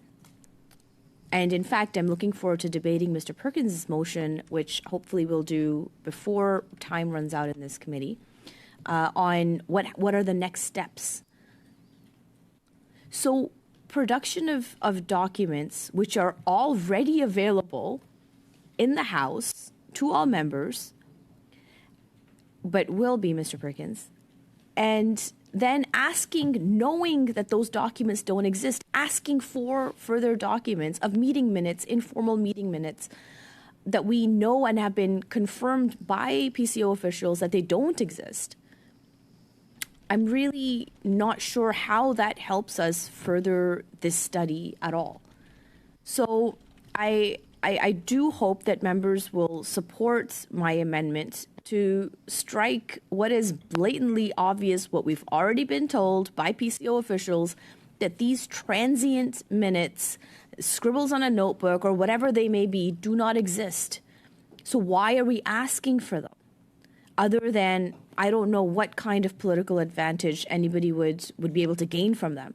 So again, I would encourage members to say, look, let's be efficient. Let's focus on what is important here. And let's ensure that we're trying to find positive solutions to what needs to be done to make sure that public dollar is used efficiently and effectively, and where there are issues, where there are challenges, where there is wrongdoing, that is corrected immediately and efficiently. Is this going to get us do that? No. So I would again, to my point, tell members this amendment is necessary for efficiency, to make sure that we're not going down rabbit holes that take us away from the main focus of what this study is about, and that is improving efficiency and transparency within the SDTC and within government institutions. And I will park my comments there. I'm not sure who else is speaking next. Thanks, Chair. Thank you. I do have a list. Mr. Desjardins, I see your hand went up first. You have the floor. Thank you very much, Mr. Chair. Just responding to the amendment by Ms. Khalid is related to B. I understand the issue related to the potential that no documents could be produced in relation to that because of the witnesses' comments of the transitory nature of minutes. It's my understanding that there will, of course, be some minutes made available, at the very least. Transitory file policy within the Government of Canada determinant on a particular type of document can exist for up to 7 years. And so, it's not like it was 2 months or 1 month. Some documents could, depending on their nature of information, although being declared transitory, may be within a longer transitory policy period of up to 7 years. And so they may not be destroyed, is I think what is the other interpretation of what the witness said, that they may be destroyed. Yes, that is in fact a true statement, but they may also not be. And so for the scoping purposes of the motion, which is what I often bring up in these committees, is I always endeavor to try to ensure that we have the greatest scope of when it comes to the secondment of documents, but it's towards a very narrow ends. And if that narrow ends is to ensure that we get all pertinent information related to how conflict of interest, particularly if the appointment process takes place, and if there's outstanding questions that members have, I do believe it is a good inclusion within the original motion. And so I just wanted to speak to the comment on whether or not they may or may not exist and the nature of transitory files. So that for that reason, I think the motion unamended is a good motion. And if there is no documents related to Section B, then there'll be no documents supplied. And so I think that's I think that's as simple as I can make it, Chair. Thank you. Thank you very much. Ms. Bradford, you have the floor. Thank you. Thank you, Mr. Chair. There's no question that this matter before us regarding SDTC is important to all of us. It's important to the Public Accounts Committee and all the members here, regardless of our political persuasion. We do want to understand what went wrong in order to make sure that this doesn't happen again. Shut up, Bradford. And that's the point of our whole study. It's kind of, again, to review the AG's report on this matter, which identified problems which we're delving into. So, however, having said that, I must say that with all due respect to Mr. Perkins, I'm perplexed about the necessity or relevance of this additional motion. I don't really understand why we're asking for things that have already been provided to the House, that all parliamentarians will have access to, and other documents that we've been told don't exist. So neither one of those parts of the motion seem to accomplish or add anything additional or further to advance our discussion and study of this topic. So that's my particular feeling on the matter, and I just don't really see. I think the seriousness and the importance of this study has been demonstrated clearly by this committee by the motion that we passed just the day before yesterday, where we've agreed to bring in 30 additional witnesses before this committee that probably may have some new important information to add so we can hear their perspective of what happened and how they were involved. I think that clearly demonstrates that we at this committee take this, or certainly on our side of the House, I think on all sides, take this very, very seriously. And I think that's a relevant exercise and a good use of our time. But these committee meetings are expensive, and I just don't see why we spend so much time debating motions that aren't really going to advance the discussion and the study further. They're dealing with either documents that we've been told don't exist or that have been previously provided to the House. Thank you. Thank you. Suivant, c'est Madame Sinclair Desgagnés, s'il vous plaît. Next up, we have Ms. Sinclair Desgagnés. Thank you very much, Chair. I would like to talk about the motion. We're talking about the amendment right now, I realize. I am surprisingly in agreement with Mr. Desjardins. I think the original motion makes more sense because these documents could help to answer questions that are legitimate. So I would also like to be able to move to a vote as quickly as possible and not to incur any delays with this amendment. Thank you. Thank you very much. Clerk, please call the roll call on the amendment to the motion. Voting yes signals members would like to strike B in the motion. Voting no signals members would like to keep the motion as is, as was presented by MP Perkins. Over to you, Clerk. Ms. Bradford. Oui. Ms. Khalid. Yes. Ms. Effner. In favor. Mr. Weiler. En faveur. Ms. Yip. Yes. Mr. Perkins. No. Mr. Cooper. No. Mr. Brock. No. Madame Sinclair Desgagnés. No. Mr. Desjardins. No, against.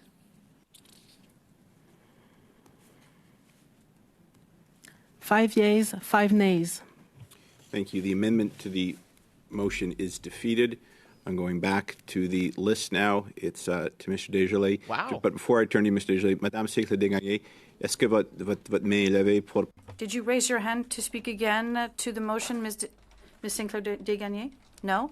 Very well. Have the floor, and because I know there are many caucuses meeting next week, I am requesting extra time for this afternoon to get through this in the business at hand. So, Mr. Desjardins, you have the floor to speak to the motion. Pardon me, to speak to the motion as was tabled by Mr. Perkins in its entirety. Over to you, sir. Thank you very much, Mr. Chair, and thanks again to my colleagues. Of course, it's not always my preference when we dispute on matters of the documents or evidence secondment, particularly in this case. I do take note from my colleagues, my Liberal colleagues, their concerns. I also hope that we can all see that this is an order for the production of information. It is relevant to our study. Information is important. More evidence is what our job is to get in this kind of committee to best inform what will be a report related to the very serious nature of SDTC. I hope we can process this in an orderly and quick fashion and get on to some other business of the day. And so I'd ask for my colleagues' support in attempting to get this to a vote. Thank you, Mr. Desjardins. I have Miss Yip speaking next. You have the floor, Miss Yip. Oh, crap, they turned up their mics. Thank you. I'd like to move an amendment to replace the 7 days with 3 weeks, just because 7 days is a short amount of time, and the regular process for production is a minimum of 3 weeks across all committees. And I don't think it's quite fair for members to request these documents in such a short time span.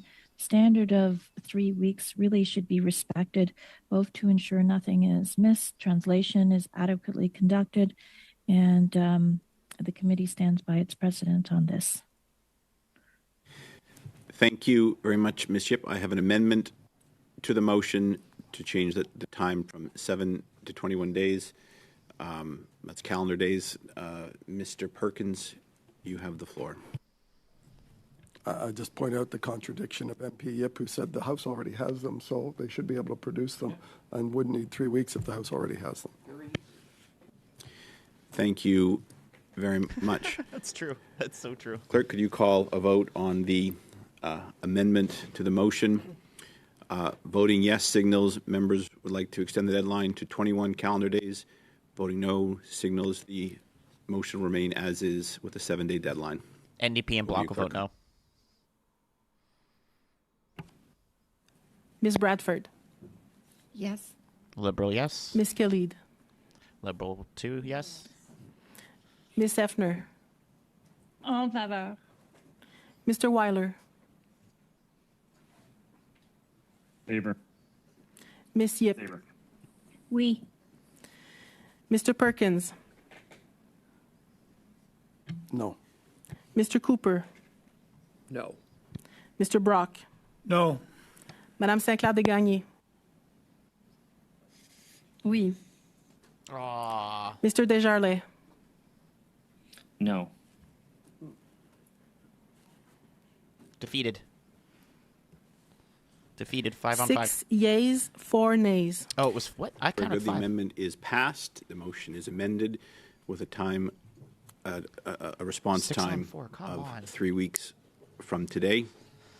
I'll now turn back to the motion as amended. Clerk, please call. Go ahead, Ms. Khalid. I'm just wondering, you said the motion as amended. I'm just wondering what the amendment was. It was your colleague's amendment to extend the timeline from 7 days to 3 weeks, 21 You days. voted for something you didn't even know what you were voting for? Call the vote, clerk, On the motion. How daft is as she? amended. Ms. Bradford. No. Ms. Khalid. No. Ms. Effner. No. Mr. Weiler. Contre. Ms. Yip. No. Mr. Perkins. Yes. Mr. Cooper. Yes. Mr. Brock. Yes. Madame Sinclair-Desgagnés. Oui. Mr. Desjardins. Yes. 5 yeas, 5 nays. The motion as amended is passed. Thank you. I'm now going to just suspend for 5 minutes before we come back for committee business. So we'll see you all back here in 5 minutes. This meeting is suspended. Okay, so they only have about 20 minutes left of committee business, and since they've got all their votes done and their motions passed, it's basically now they're just going to talk about future meetings, when they can have them, what witnesses are going to be there. So we don't really need to be here for that. There's not going to be anything interesting. We can pretty much call it here. Which I appreciate everyone watching in today. I appreciate the new members that we got in. Pokey came in today, new members, so welcome in. We had, I can't remember who it was that gave a couple super chats. Mr. Edwards, I think it was. Really appreciate those.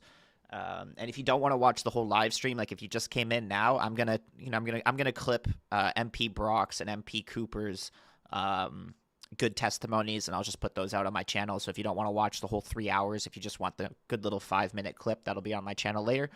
Again, House is sitting on September the 16th. So just in a few weeks, we're going to be really busy on this channel, probably going to be live every single day. So look forward to that. And thanks everyone for tuning in today. Just going to check the chat here. Yep. Thanks guys. Thanks for tuning in, and no more live tomorrow. So have a good weekend, and I'll try and get some more clips out on the channel later. Cheers, guys. Have a good rest of your day.